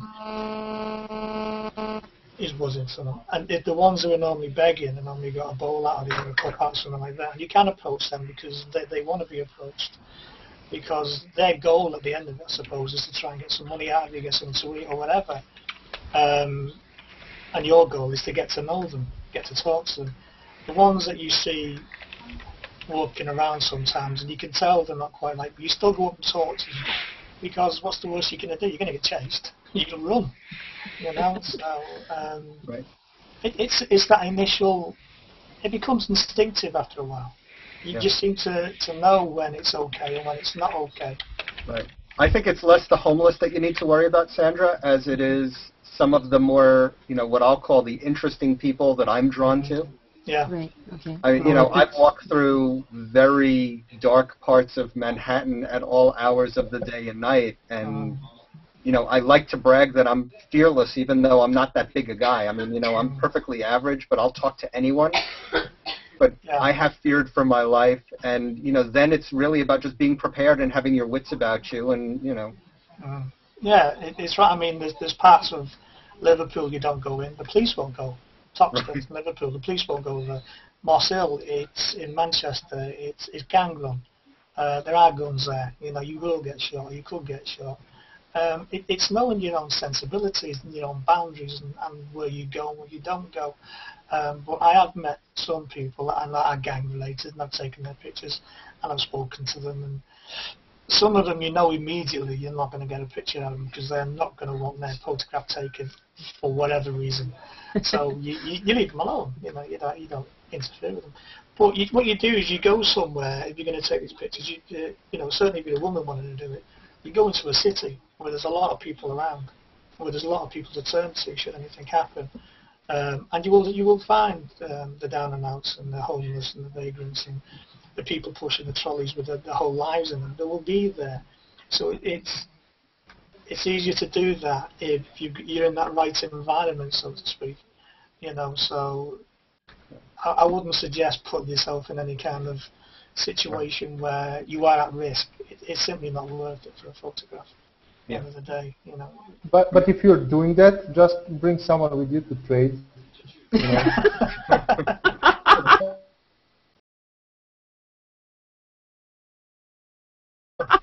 I could bring a goat. Yeah, that would work fine. Right, because that's like food for a month right there. Yeah. I think we need to do like a portrait day on Google+. I can't tell you, everyone. There are a lot of. I think that should be a challenge. There are so many people who are nervous about it, and there are, but far more people just seem to have questions about it. And I'm hoping at some point. I mean, we did a photo walk just before Christmas. It wasn't a big one in Liverpool because it was the first one we did. I think about 8 or 9 people turned up. But my inclination was to try and get some of these, and some of these are hard and fast photographers, to try and go and ask someone to take your photograph, which is the biggest step. That's where people stumble, is that initial going and asking. I'm going to hope to repeat it again sometime in the future with hopefully a bigger number, but you're going to have to be careful how you do it, because what you don't want is like 20 people on approaching one person saying, click, click, click, click, because they're going to freak out. Yeah. It's to try and give them that initial push to go and do it. Because like I said to everybody, you do it once and it gets easier. I return rate of about 10% will say, no, that's okay, that's fair enough, no problem with that. 90% say yeah, you know what I mean? But everybody says, look at my portraits. Most of the people in my portrait gallery are not homeless. They're just interesting characters that come across on the street. Yeah. And they're great, you know what I mean? The guy with the big mutton chops sideburns, I just ran up, said, can I take your picture? Yes, click, thanks mate, and that was it. That's about as long as it lasted. So have a go. It's good fun, but just don't put yourself in danger. It's not worth it. Yeah. I remember there was a time, it was the first time I met Kelly Seeger Kim. Kelly, if you're watching, hey babe. We were doing a photo walk in New York, and there were like New York City policemen, and we were over by there. Right? I remember Do you remember that. Vivian? And the car, yeah. We wanted to pose on top of the police cruiser with the cops there, and you really don't do that in New York because the police are pretty serious, and we worry about terrorism still, and all the right things. But we just walked right up, and the banter was good, and we had them laughing, and just be prepared. Yeah. Because people are more receptive than they let on, and then they look. I think everyone is always a little wary, but if you just the first question is, well, why do you want to take my pictures? Because you're beautiful, because you have a great face, because whatever the reason, look at those mutton chops, God, right? You just want to grab them, right, Mike? Have a reason, yeah, exactly. Yeah, have a reason. I mean, people want to know. You're going to ask it. The first thing they're going to say to you is why. Why? Why do you want to take my picture? I said it in a post before. I said the two biggest people I have issues trying to get their images off are the ethnic minorities or in this country they call, and women. Women hate having their photograph taken. It's impossible. You know what I mean? But I do get some. They do let me take them every now and again. But it's normally at protests, so to speak. But it's like we keep saying, it's how you are, it's how approachable you are yourself, and it's practice sometimes. You've got to get it right. You've got to learn how to actually go up and talk to people. Right. You've got to learn to be relaxed yourself, because you're not relaxed, they're going to be relaxed. But the biggest thing I always say to everybody, and I say it every time, is set your camera up first. Or don't even have it in front of you when you're approaching people. I always keep it by my side. Same as me. Start a conversation first. Yeah. And what people will get fed up if you haven't set your camera up and they can see it, and you're fiddling for about 5 minutes, they will get bored and walk off. You know what I mean? Sometimes you've only got a small window of opportunity to get these pictures, so set it up. Make sure it's right. And like Alan says, don't have it here. Certainly if you've got, like I've got this thing, and you're going to point it at somebody, then the first thing they're going to do is like run the other way, so to speak. So. Mike, that's freaky. We even shoot with the same lens. That's just bizarre. 7200. It's brilliant. Isn't it but you know what? My favorite portraits are the ones I do really wide, and I really need to get in their faces. Yeah. And I mean, if you get the 7200mm lens, mate, you can do it from a distance, i.e. not too close to them, and you can get in the faces. Yeah, but I like when I get wide-angle distortion, Yeah, I do. And they're questioning themselves, is he going to come any, so near me, or so close? Well, I like your portraits, Bernardo, because your background actually is part of the story as well. You know what I mean? Because you come from Serbia. I mean, certainly these where you can see where the people live and all the rest of it, that is, for me, part of the story. And that's what sets you apart, from what I can see, and I love that, I really do. Although, not enough goats in your photos, Mike. I know, I have only one. They don't want to communicate with me, Oh, by the way, just so you know, I'm on the Guinness, by the way. Nice. Yeah. I still have to go back to work. You guys are killing me. You need to work? Yeah, well, eventually. Well, if you're working, we can trade you even better.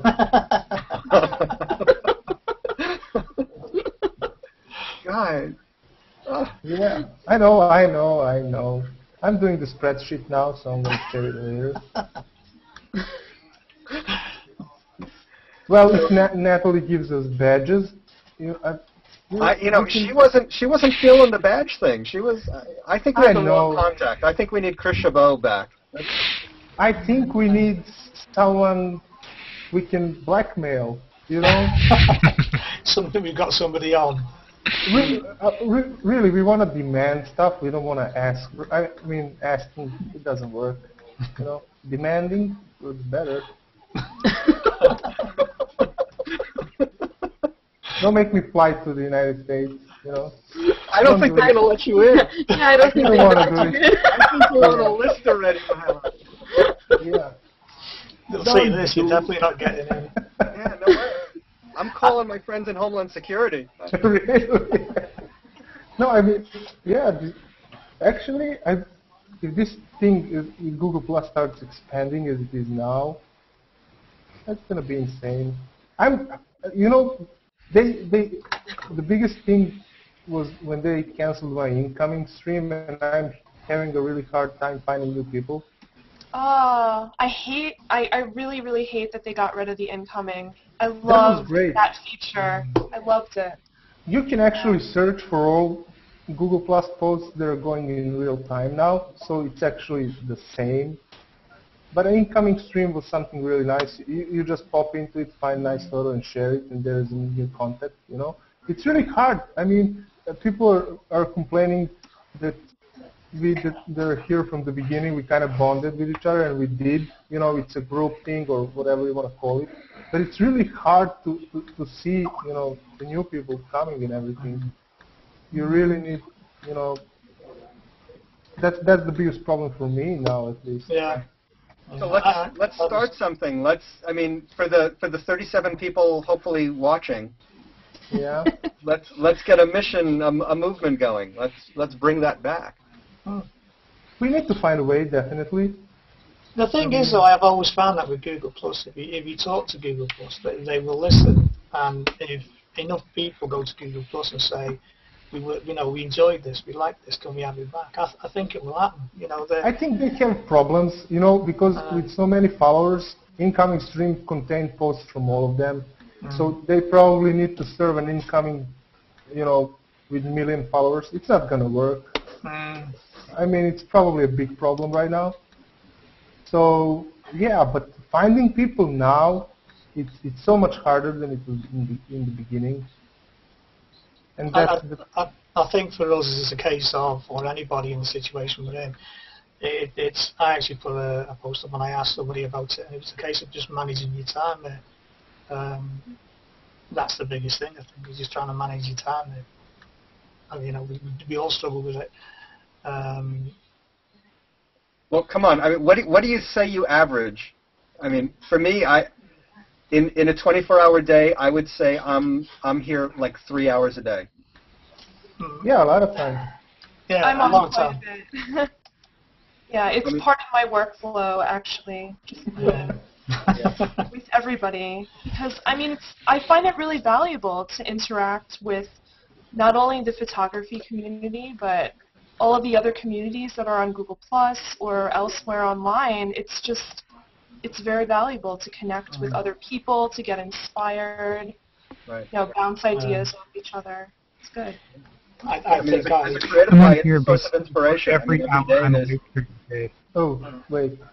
Sorry, who was that? Who is that? Billy, you can proceed. What you saying, Billy? I'm basically on Google Plus for every hour I'm awake during the day. Really? No, not that bad. My wife would say otherwise. Mike Downs actually showed me a neat trick. Really? Yeah, if you take your Google ID number, I'll put it up on a thread, ID number, you put I read about that. Apostrophes, put it to Google Plus and see how many hits you come up with. And I was actually quite scared when he showed me how many hits I got, and I thought, I think I'm spending too much time on here. What is it you do, Mike? So you take your ID number from your Google right, just the number. Just the number. Put it between two apostrophes, and then put it to Google search. If you do it, Alan, you're probably going to break something, so... it only works for Mike. Certain things, they only work for Mike. And you should see on the very top, you see how many hits you get. But how do you find your Google number? How do you know what it is? It's on your profile. It's in your URL. Yeah. It's that long number in your URL. I think that number, though, is not necessarily how much you are... I mean, it includes your outflow of interaction, but I think it's how many times people share your posts and basically are passing around your information as well. Probably. So it's not necessarily a big warning sign. It's still a scary number. Yeah. I'm not looking at mine. See, Mike, Vivian's trying to put you down there, Mike. I heard that. No. Mike is Mike Shaw. Mike Shaw. Should I be concerned that mine is in the six figures? Yes. Yeah. Yes, you should. What's yours, Alan? 2003 goats, 14 people. Don't get it. No wonder my kids don't like talk to me anymore. It's why'd you come up with, Alan? You don't. I'm even worse than Alan, man. I'm not popular at all.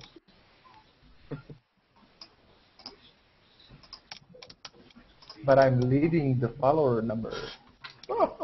Yeah. Ooh. Mike, sure, you forgot to say that Guy Kawasaki came in and acknowledged your number, didn't he? Yeah. Really? Mm-hmm. How much does the guy have? 8,000, I think it was. 8,000? I actually went to Guy and I said, if you can beat my number, I'll donate $100 to your charity. God, Mike, your number's ridiculous. I can't account for it. I really can't. Don't know where it's up there. How much does the Stray have? Like million? 18,000. Don't know why. Really? Hmm. I really don't know why. I don't know why it's at 76,000. Well, 77. But it's 76,000 what? 900. I don't know. I don't know what it is. You need to speak to Mike Downs. Maybe the lower is better, and I'm winning. All right, everyone, we got to give Mihailo another Mine badge. would be at 11. Yeah, lower is better. I mean, you know those, bars that says lower is better. It's better. Anyways. We're going to have a badge day for Mihailo. Yeah, something. A big googly badge day. Well, I mean. I love it. Googly badge.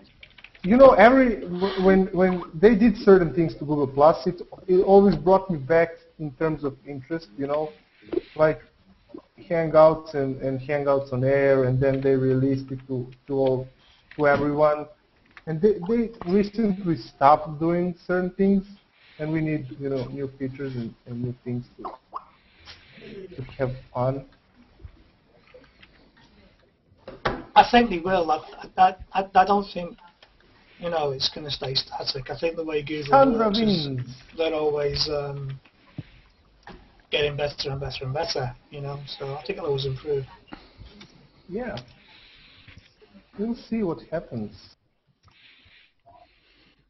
So do you think there's a value, or Mike, do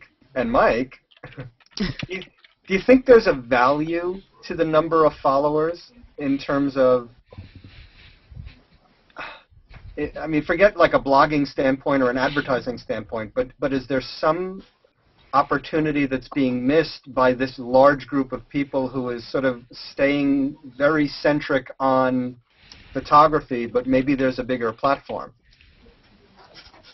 If you look, I mean, you have 1 million followers, and probably there's some real connections there from people, in different areas of expertise and things like that.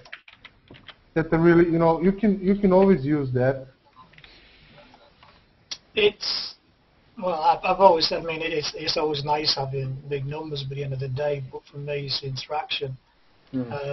If you can imagine what kind of condition we'd all be in if all 1 million plus decided to interact with us tomorrow. We wouldn't survive. I mean, I think it's about 2 to 5% of interaction that we get from the people that have us circled, and for me, that's nice and steady. And I'd rather spend time with those kind of people, so to speak. I spoke to somebody the other day who was speaking about Google Plus, but they go down the route of offering advertising space to the people who have a lot of figures and a lot of numbers. And I don't think, basically like YouTube, but I don't think that will happen. I think they've got different plans for Google Plus. Well, okay, I mean, how many views your photos get once they get in What's Hot? Yeah. They probably have, more than 500,000 or a million, or depends. That's a lot of impressions. I mean, those numbers are really ridiculous. Yeah, and even like YouTube, they offered advertising and they offered revenue to the people who actually had the channels on YouTube and were putting the videos up, and then people could make a lot of money out of it. But it's the end of the day, you've got to remember Google at the end of the day is primarily a search engine.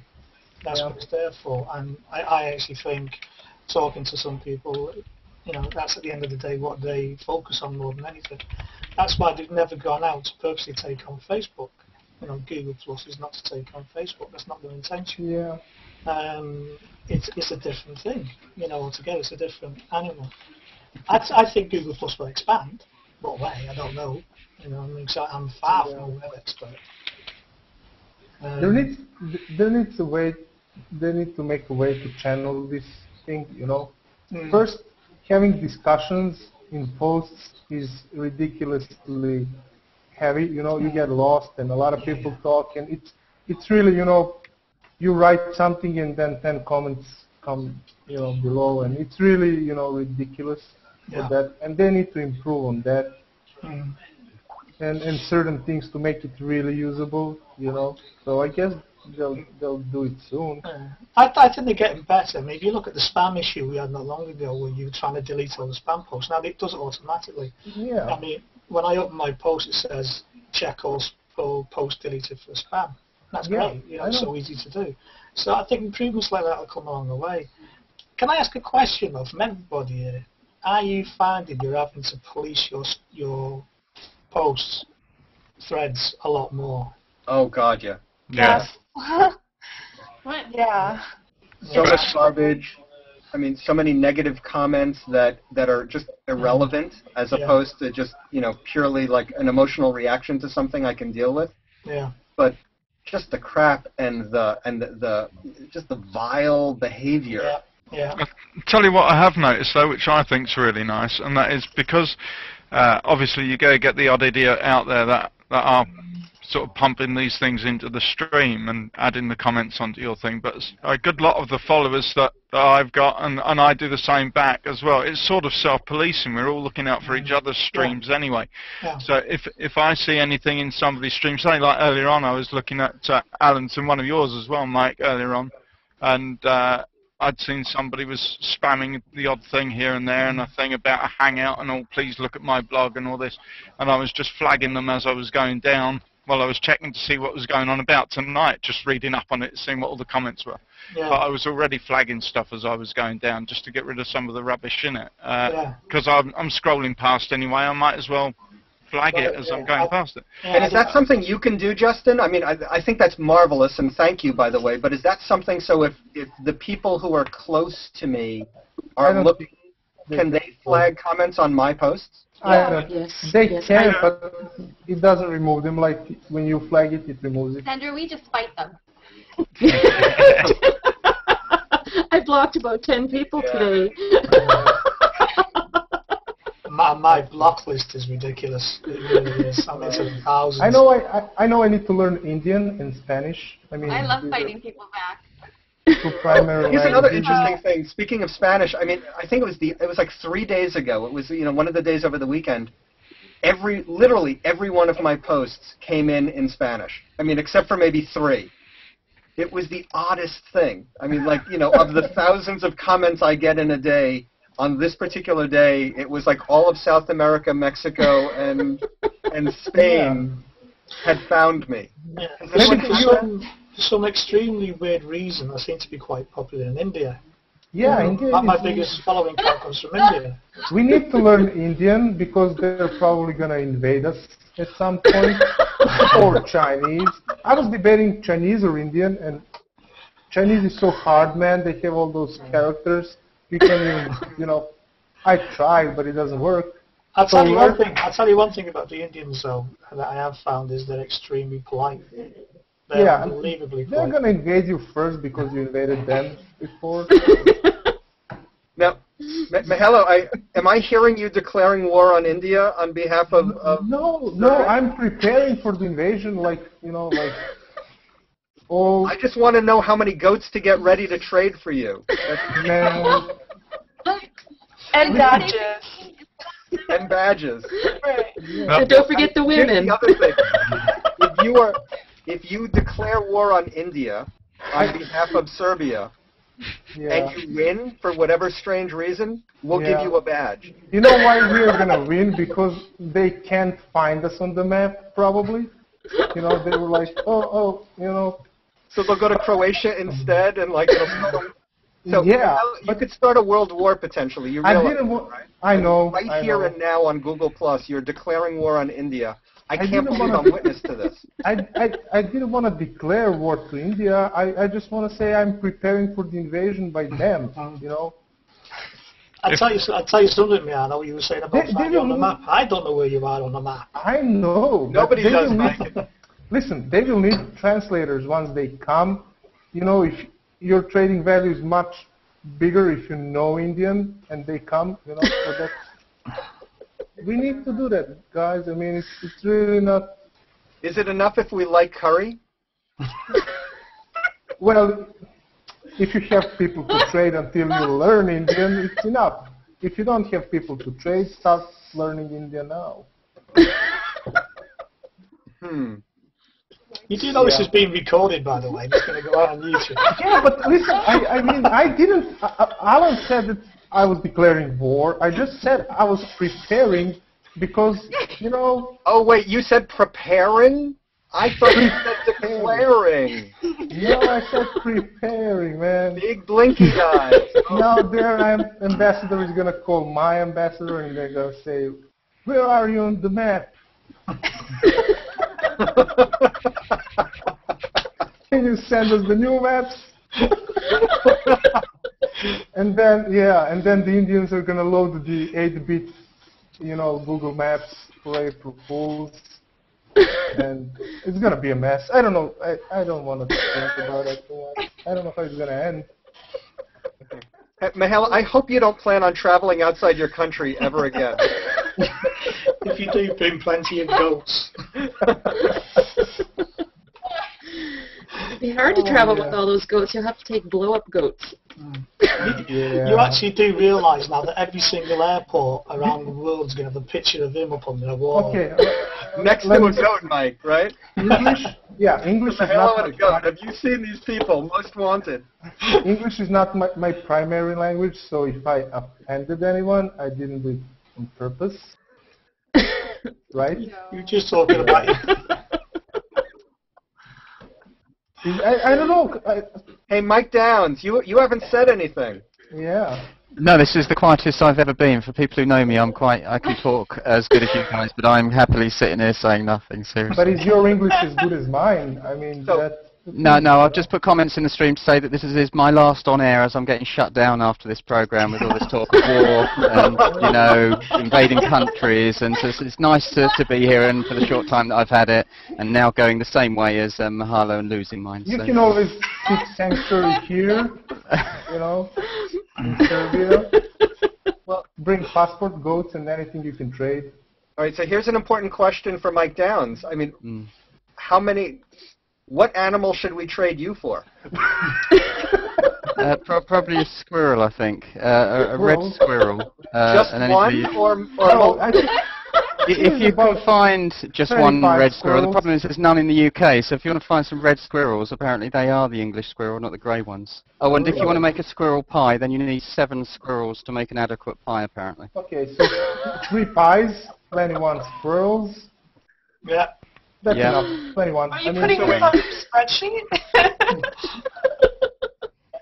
Oh. Who did we just lose? That was Krista. Yeah.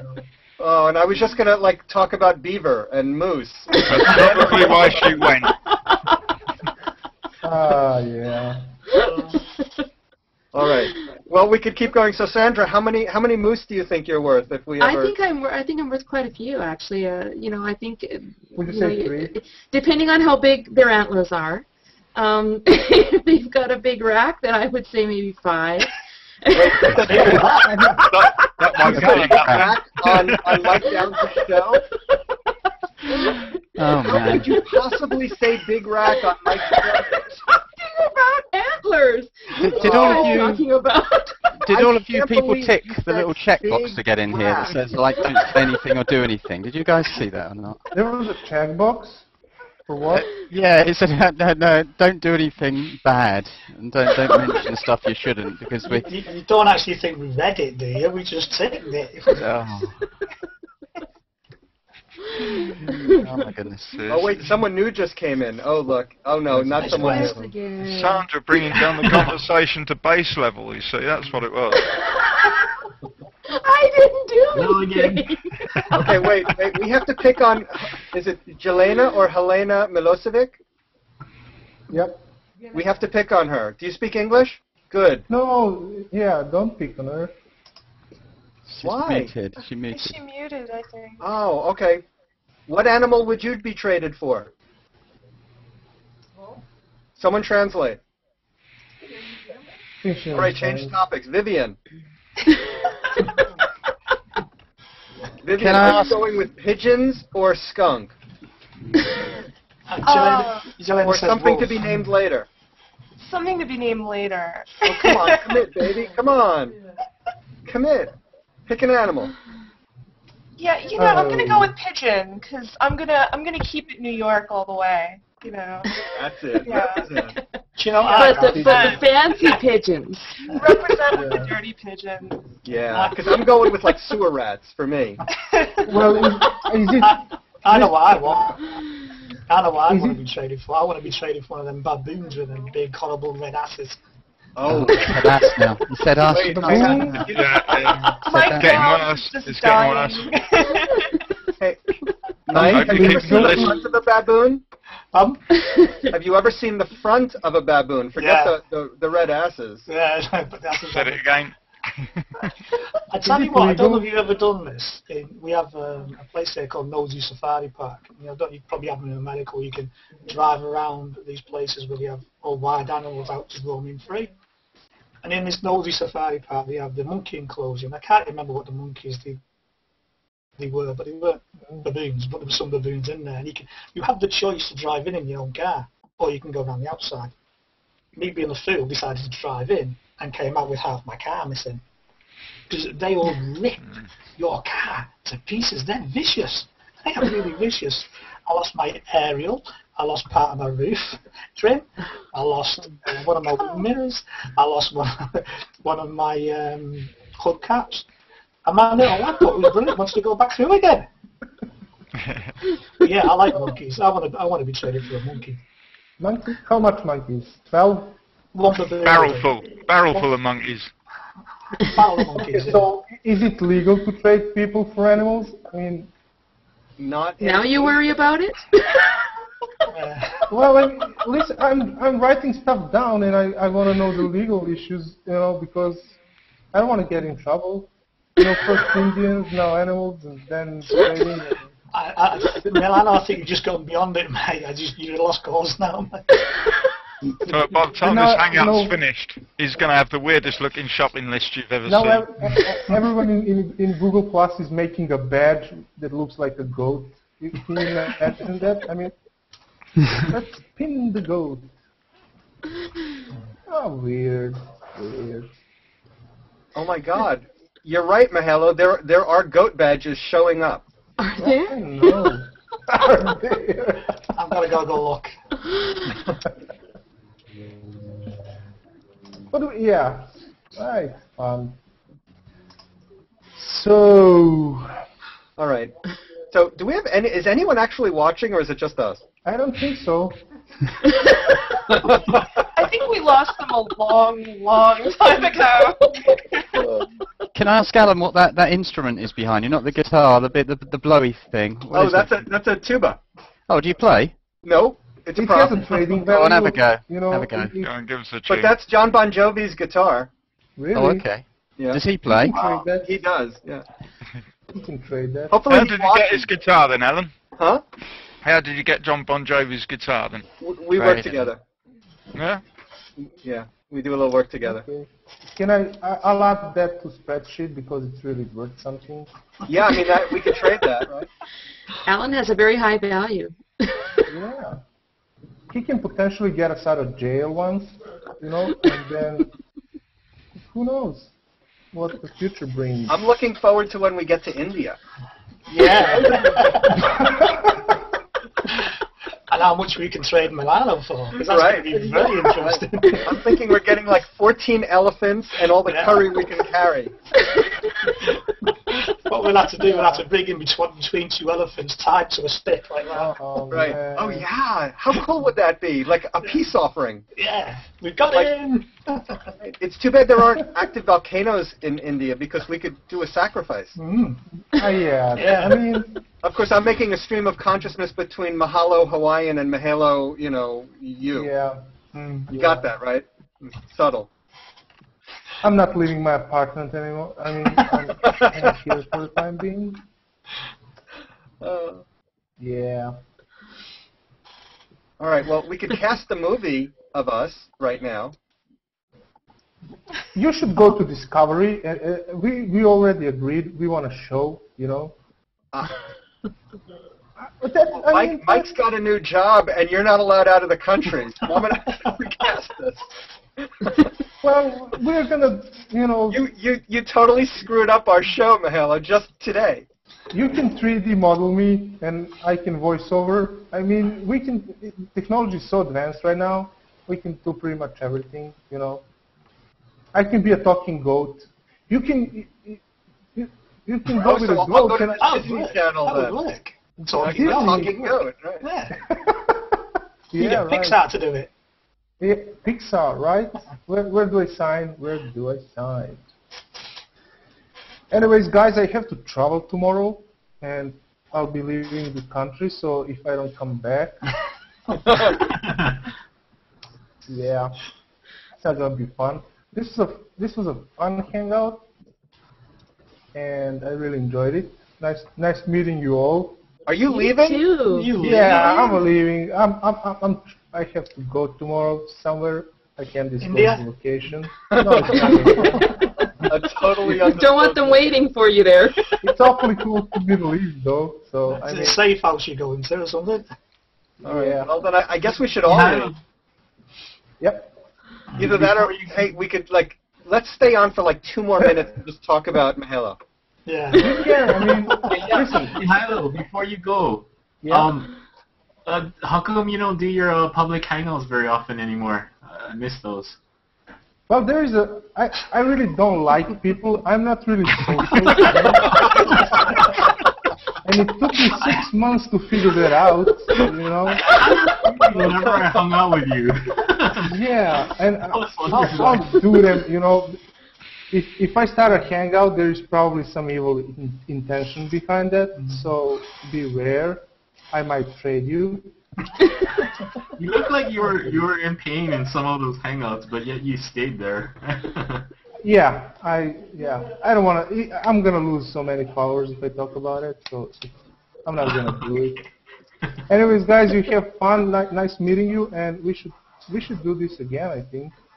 If anyone watched it, let us know. If we're allowed, we'll have to find someone other than Mike Downs, because who's gonna, Yeah. They're gonna block him for sure. I mean, they can cut out the connection right now, but they're gonna do it. Mike Show, nice to meet you, man. And mate. We'll do this again. Guys, see you again and have fun. Bye-bye. See ya. Bye, mate. Bye. See ya.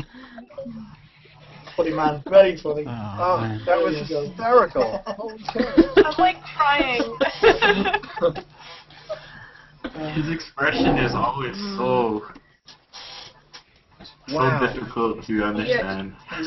You don't know if he's going to make a joke until right when he makes it, right? He's so exactly.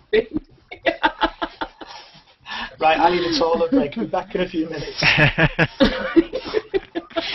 So they've left you on your own, Alan. See what they've done? Sneaky. Okay. Well, he's using the old toilet break excuse. So wait, hang on. We'll make finger puppets real quick. Here's Mike.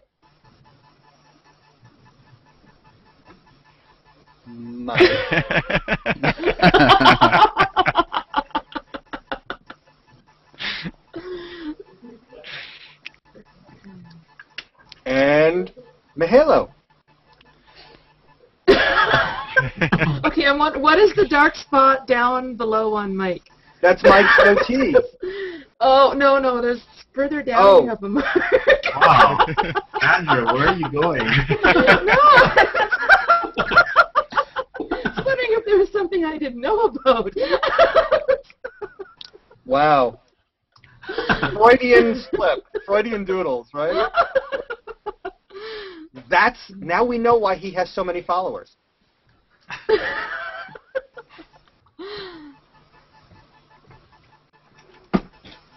So, Sandra? All right, this is ridiculous. I think we need to call this quits. This has just gone on far too long. But look, we had English nobility. We've invaded a country. We've totally shut down Mike Downs' entire operation. That's certainly done, yeah. So I think we should do this again tomorrow. I'll tell you what, Robin Briggs Woods is watching, but she won't come in here. I wonder why she won't come in after everything that's gone on. She's... Robin? Oh, she could do it. She could... No, she doesn't Robin. have anything to wear. I've asked her about 8 times here. Let's mock her. Embarrass her into staying away. So it's not going to work, is it? Right. She has a giant growth on her neck that looks exactly like Mihailo. Or it could be a goat. We don't know because it's just beginning to form. And if she doesn't come in, we're going to have to sit and figure out how many goats she's worth. And put it on the spreadsheet. That's no space. Oh, Jordan's back.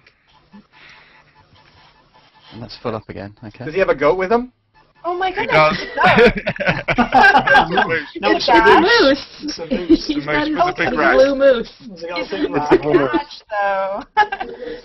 Yeah, he's got a big rack. Wait, I don't want to know if Jordan has a big rack. I'm a large man. It's inevitable. I prefer a called move. I need a brazier. Huh. What's that noise I can hear? I don't know what that is. Anybody else hear There's that? a little background noise, isn't there? Someone's dot matrix printer. It's like a printer or something. If we're going through a quiet stage, I think you need to check out that link because there's a serious amount of goat products on Google+. Links that. Goat milk stuff. Oh, Get your goat. Goat Posse Productions, donkey and goat milk stuff. Really should have a goat day for Mihailo. That would be so fun. Yeah. If there's any actual people with the name Goat. Look at that. Can I There's a ask girl you- here. Oh, I'm so sorry. There's a girl here called Karen Goat. Oh no. Yeah, but it's spelled wrong. What is the relationship with Mihailo and goats? I might have missed it. Likes to We trade them. don't really know yet. It's a romantic story that he prefers to keep secret. Oh, I see. Okay. Okay, didn't it start because you three were going to go on a world tour and you needed things to trade, and so you were going to take goats? Isn't that how Sandra, come on, it's more fun. It's a coming of age story. This is hilarious. Look at this. 3 men travel the world and the goat they love. Huh, we're doing the remake of Oh Three my Men and a gosh. Baby, but with farm animals. It's just That's right. Your mascot. It writes That's No, but seriously, if Goat. there's anyone who has any influence out there and wants to sponsor a world Hey, tour, Robin. It's Robin. Robin.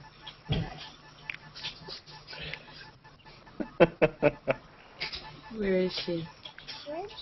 Yeah, where is she? Ooh, who's Ludek? Hi, hello. Hello, Dick. No. Well, good evening to everyone there. How many goats are you worth? No You're not goes from here. India, are you? Well, I don't read and watch the video. Just beer in the fridge. No, we need goats and badges. Do you have any extra badges? No, no extra badges and no goats here. Do you have any badgers? Because we could send them and... Yeah, maybe you Honey got some same badgers. badges. From goats to badgers. A hangout. Well, no, right. All right, so all we see is Robin's picture. Maybe.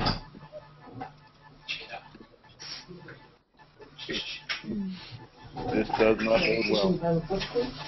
A moment. It's a bit creepy, isn't it? With just the picture and no sound. She's up to something. He's got the ceiling fan that keeps running in. Who's that? Hey, Mike, can you pour me a beer? I'm still on a Guinness, I'm afraid. Do you want a Guinness? Yeah, I'll take a Guinness. I can throw you a Guinness. Yeah. Oh, where did Robbie go again? She'll come back. Oh. All right. Hey, let's talk about something photographic. What's that? What's Ludwig got? Cat. Oh, another cat in the hangout. Yeah. My cat won't come, he's not interested. What time is it for you right now, Mike? It is 9:15 at night. Okay. Yeah. Go on, Alan, you said about photographs. What are we going to talk about? Oh, no, forget it's boring.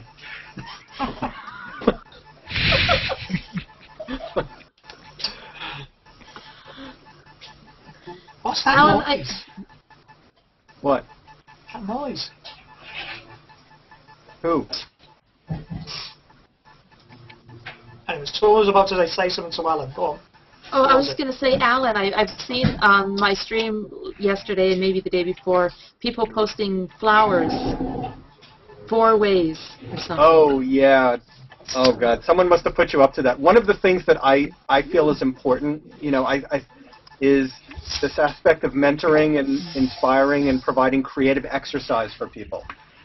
So I've decided to start giving out assignments to whoever wants to participate and just, see what comes of it. And just, again, a creative exercise regimen to get people thinking about things in different ways. What that ultimately becomes, whether it becomes more formalized or not, but it's just my way of giving back. And, I also think there's such a lack of sort of positive, not positive reinforcement, but good places to go and learn things. I mean, there's a lot of shows going on, but it's a lot of discussion rather than real teaching. Mm. So one of the things that I want to tackle and take on to some degree. It's a great idea. It's kind of nice just to see it pop up in the stream and not have it be something that you have to sign up for, or like, oh, I don't have time to do it, but I got to rush it. It's just kind of like, if you want to do it, you can, which is really fun. It's like auditing a class in college is how I view it. So. That's cool.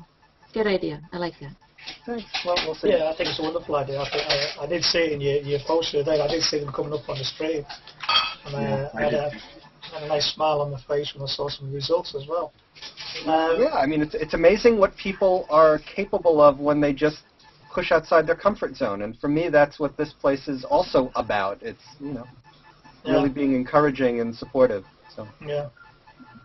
I mean, I have a problem. I don't know about yourself, Alan, in regards to post editing. People say to me, well, how do you post editing? And the issue I have is I don't do anything the same. And so for me, it's hard to say to somebody how I did a particular picture. Right. So I struggle with that. And I do the odd walkthrough for one image, and that's the walkthrough I've done for that one image. But it won't apply for another image or another image or another image because I hate using presets. Don't use them. Oh yeah, me neither. Yeah, so it's like each image has its own merits. So I struggle sometimes to say that's how I did it. So how do you get on with that? Yeah. What I'm actually going to tackle and see if it works, and it may be kind of cumbersome, but I'm literally going to start like taking images and processing them in real time and as a hangout. And I know there are some people who do that already. They'll whether it's retouching or whatever. But just starting from a raw file and, in the hour, sort of taking it as far as I can and seeing, and at least showing people the thought process. Yeah. If they want to rip me off, so be it, right? I mean, I can't control that. Yeah, I put walkthroughs up in regards to how I do things. I'm not, if everybody wants to have a go at it, great. And I love seeing the results that somebody do. You know what I mean? And I really enjoy it, and I enjoy seeing what they can do if they're given the knowledge of how to do it. I love it. That's great. I mean, as long as they're not using that as their only thing, as long as it's, it's one tool, because if you just play tuba, it's no fun. Yeah, it's no, yeah. You gotta stretch. And again, that's where it's like, for me, it's the metaphor is the exercise regimen. I mean, you know, today we're going to work our upper body, tomorrow our lower body, we're going to go for a run. The different things, the different assignments that we can all take on and learn from each other. I think that's where this community has still an incredible amount of potential left. Yeah. It's not tapped into yet. Yeah. You know, it's everybody like you guys who know all this stuff sharing that knowledge, so that's so amazing for the rest of us. And, you know, just inspires everyone else to try and learn new things. Yeah, but you got to remember, is actually how we learned it. Yeah. You know what I mean? I learned from DeviantArt, which we both know, and there was a guy on there, and he was doing HDR photography, and it just blew me away.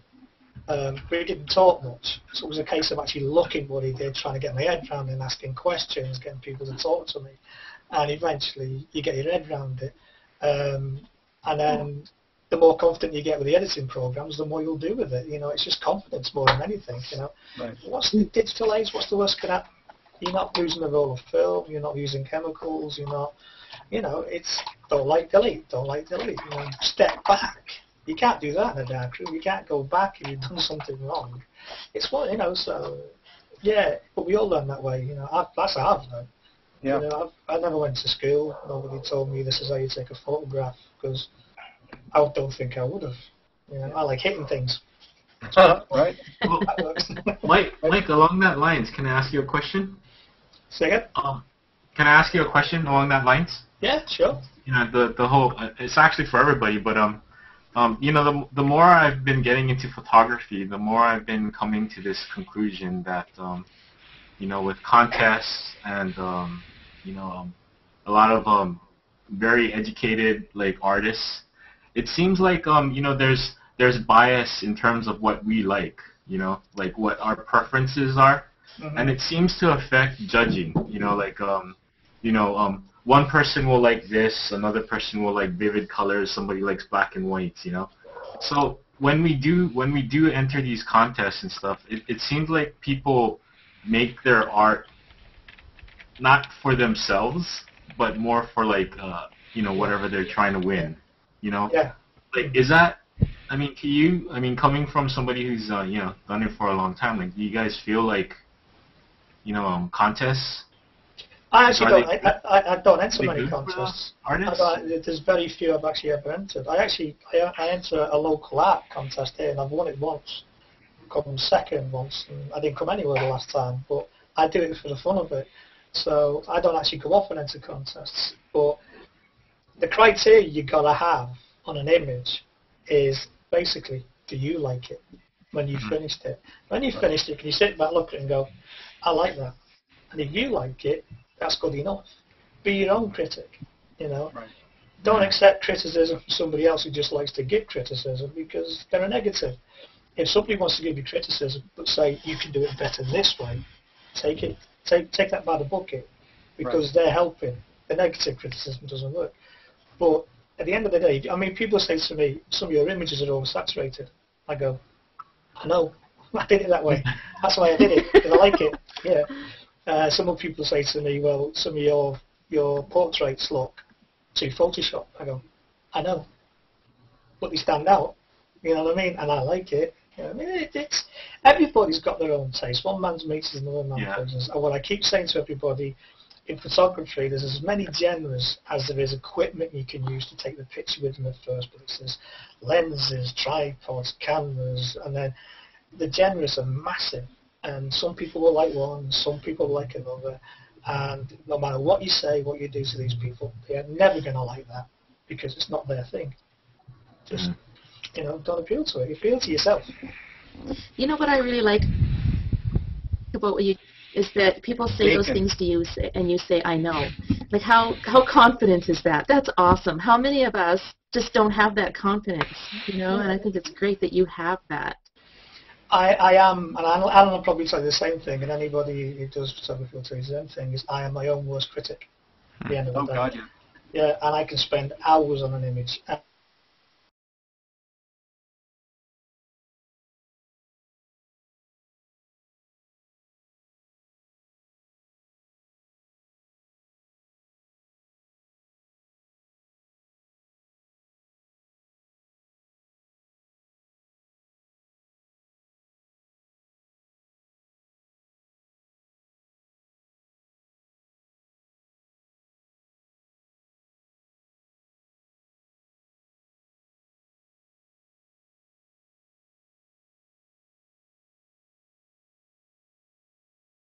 raw files.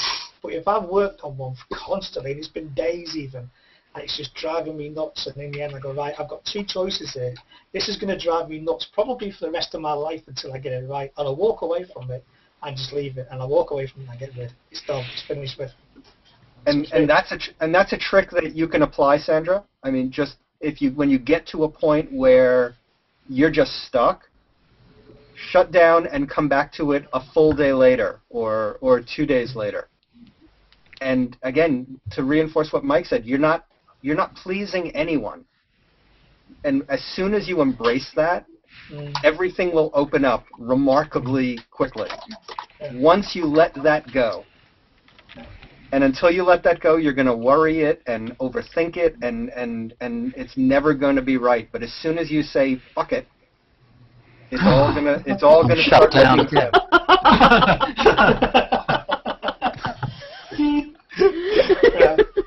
It reminds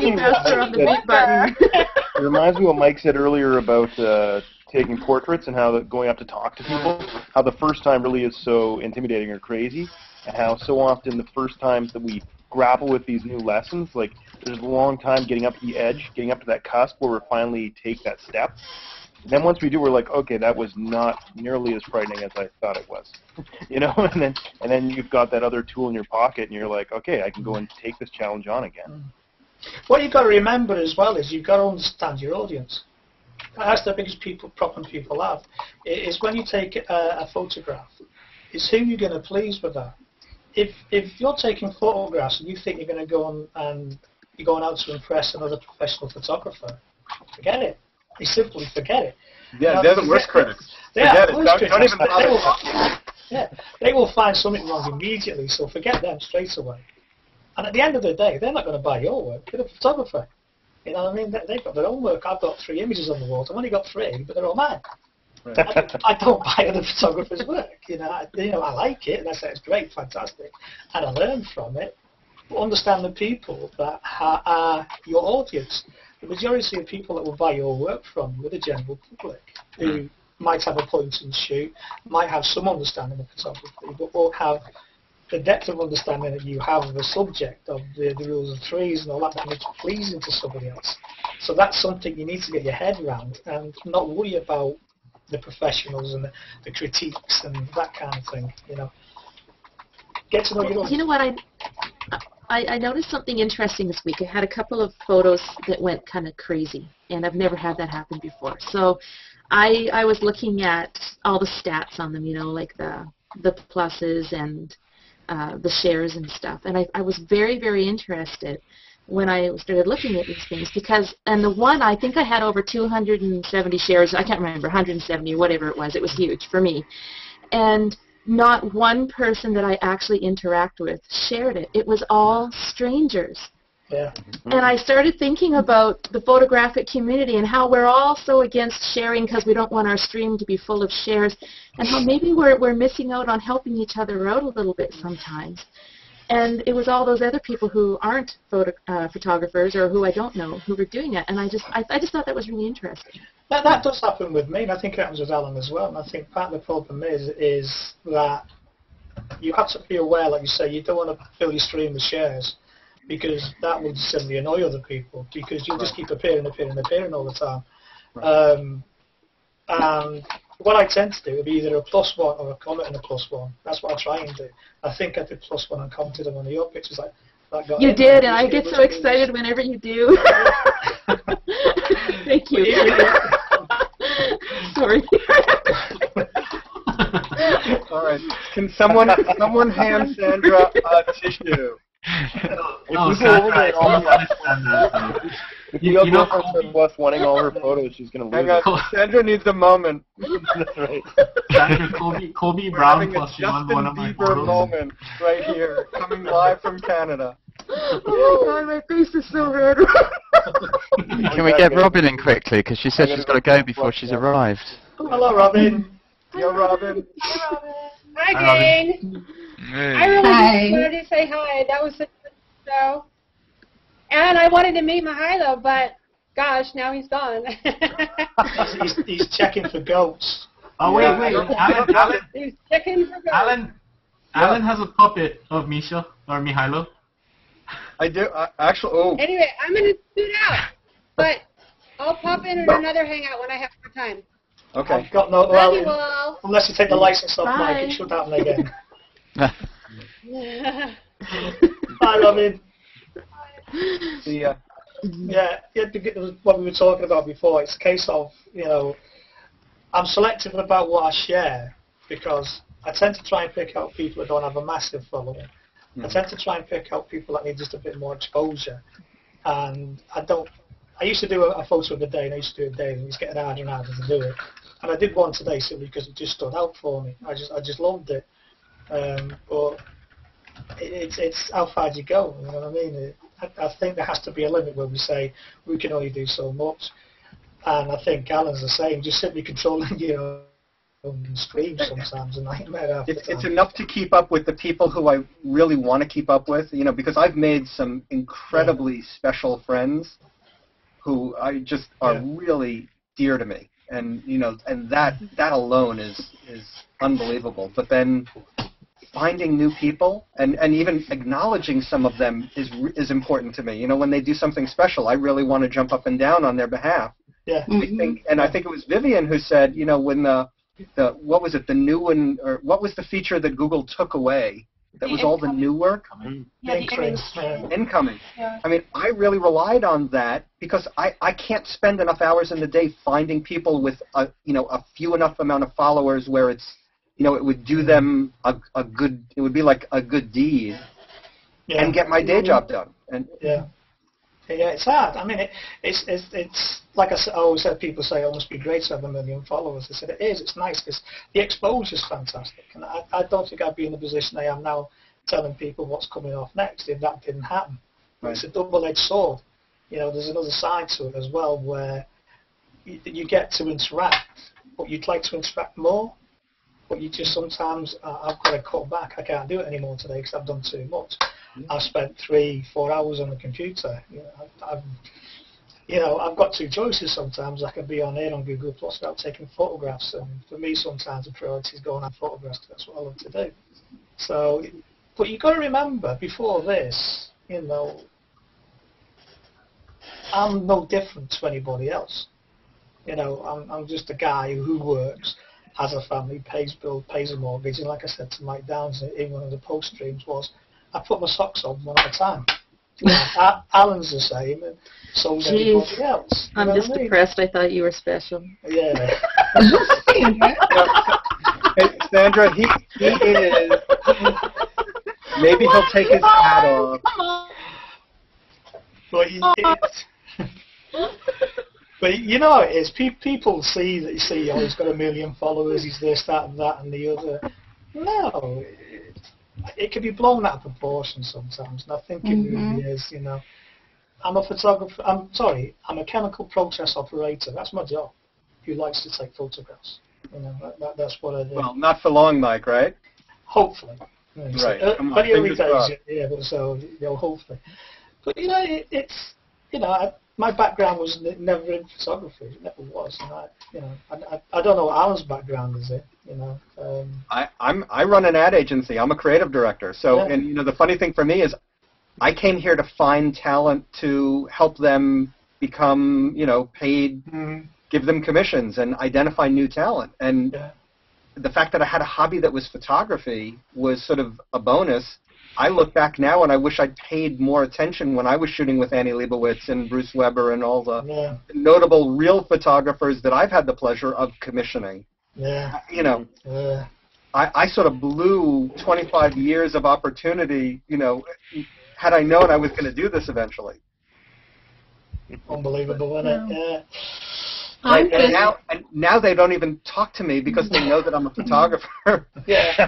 And so it's like, they don't want to share their secrets, which is why, again, I believe in this prosumer community of ours, this up and coming. I mean, is a much more open and warm and sort of we're all in this together kind of community. I mean, I haven't met more than a handful of photographers, real working photographers, who are open and willing. One, they're probably off doing things, and they've got businesses to run. It's like they hold these little black books of magic. You know what I mean? And it's theirs and it's special, and they're not willing to share it with anybody. You know what I mean? And it's if you're clever enough, you can work it out for yourself. But it's like Alan said, if you'd have known at the time, you'd have been stood behind them, writing it all down behind them. You know, a little bit like the Emperor's clothes, though, isn't it? Because their little black book of magic. When you actually do get hold of it and you open it up, you find all the pages are blank.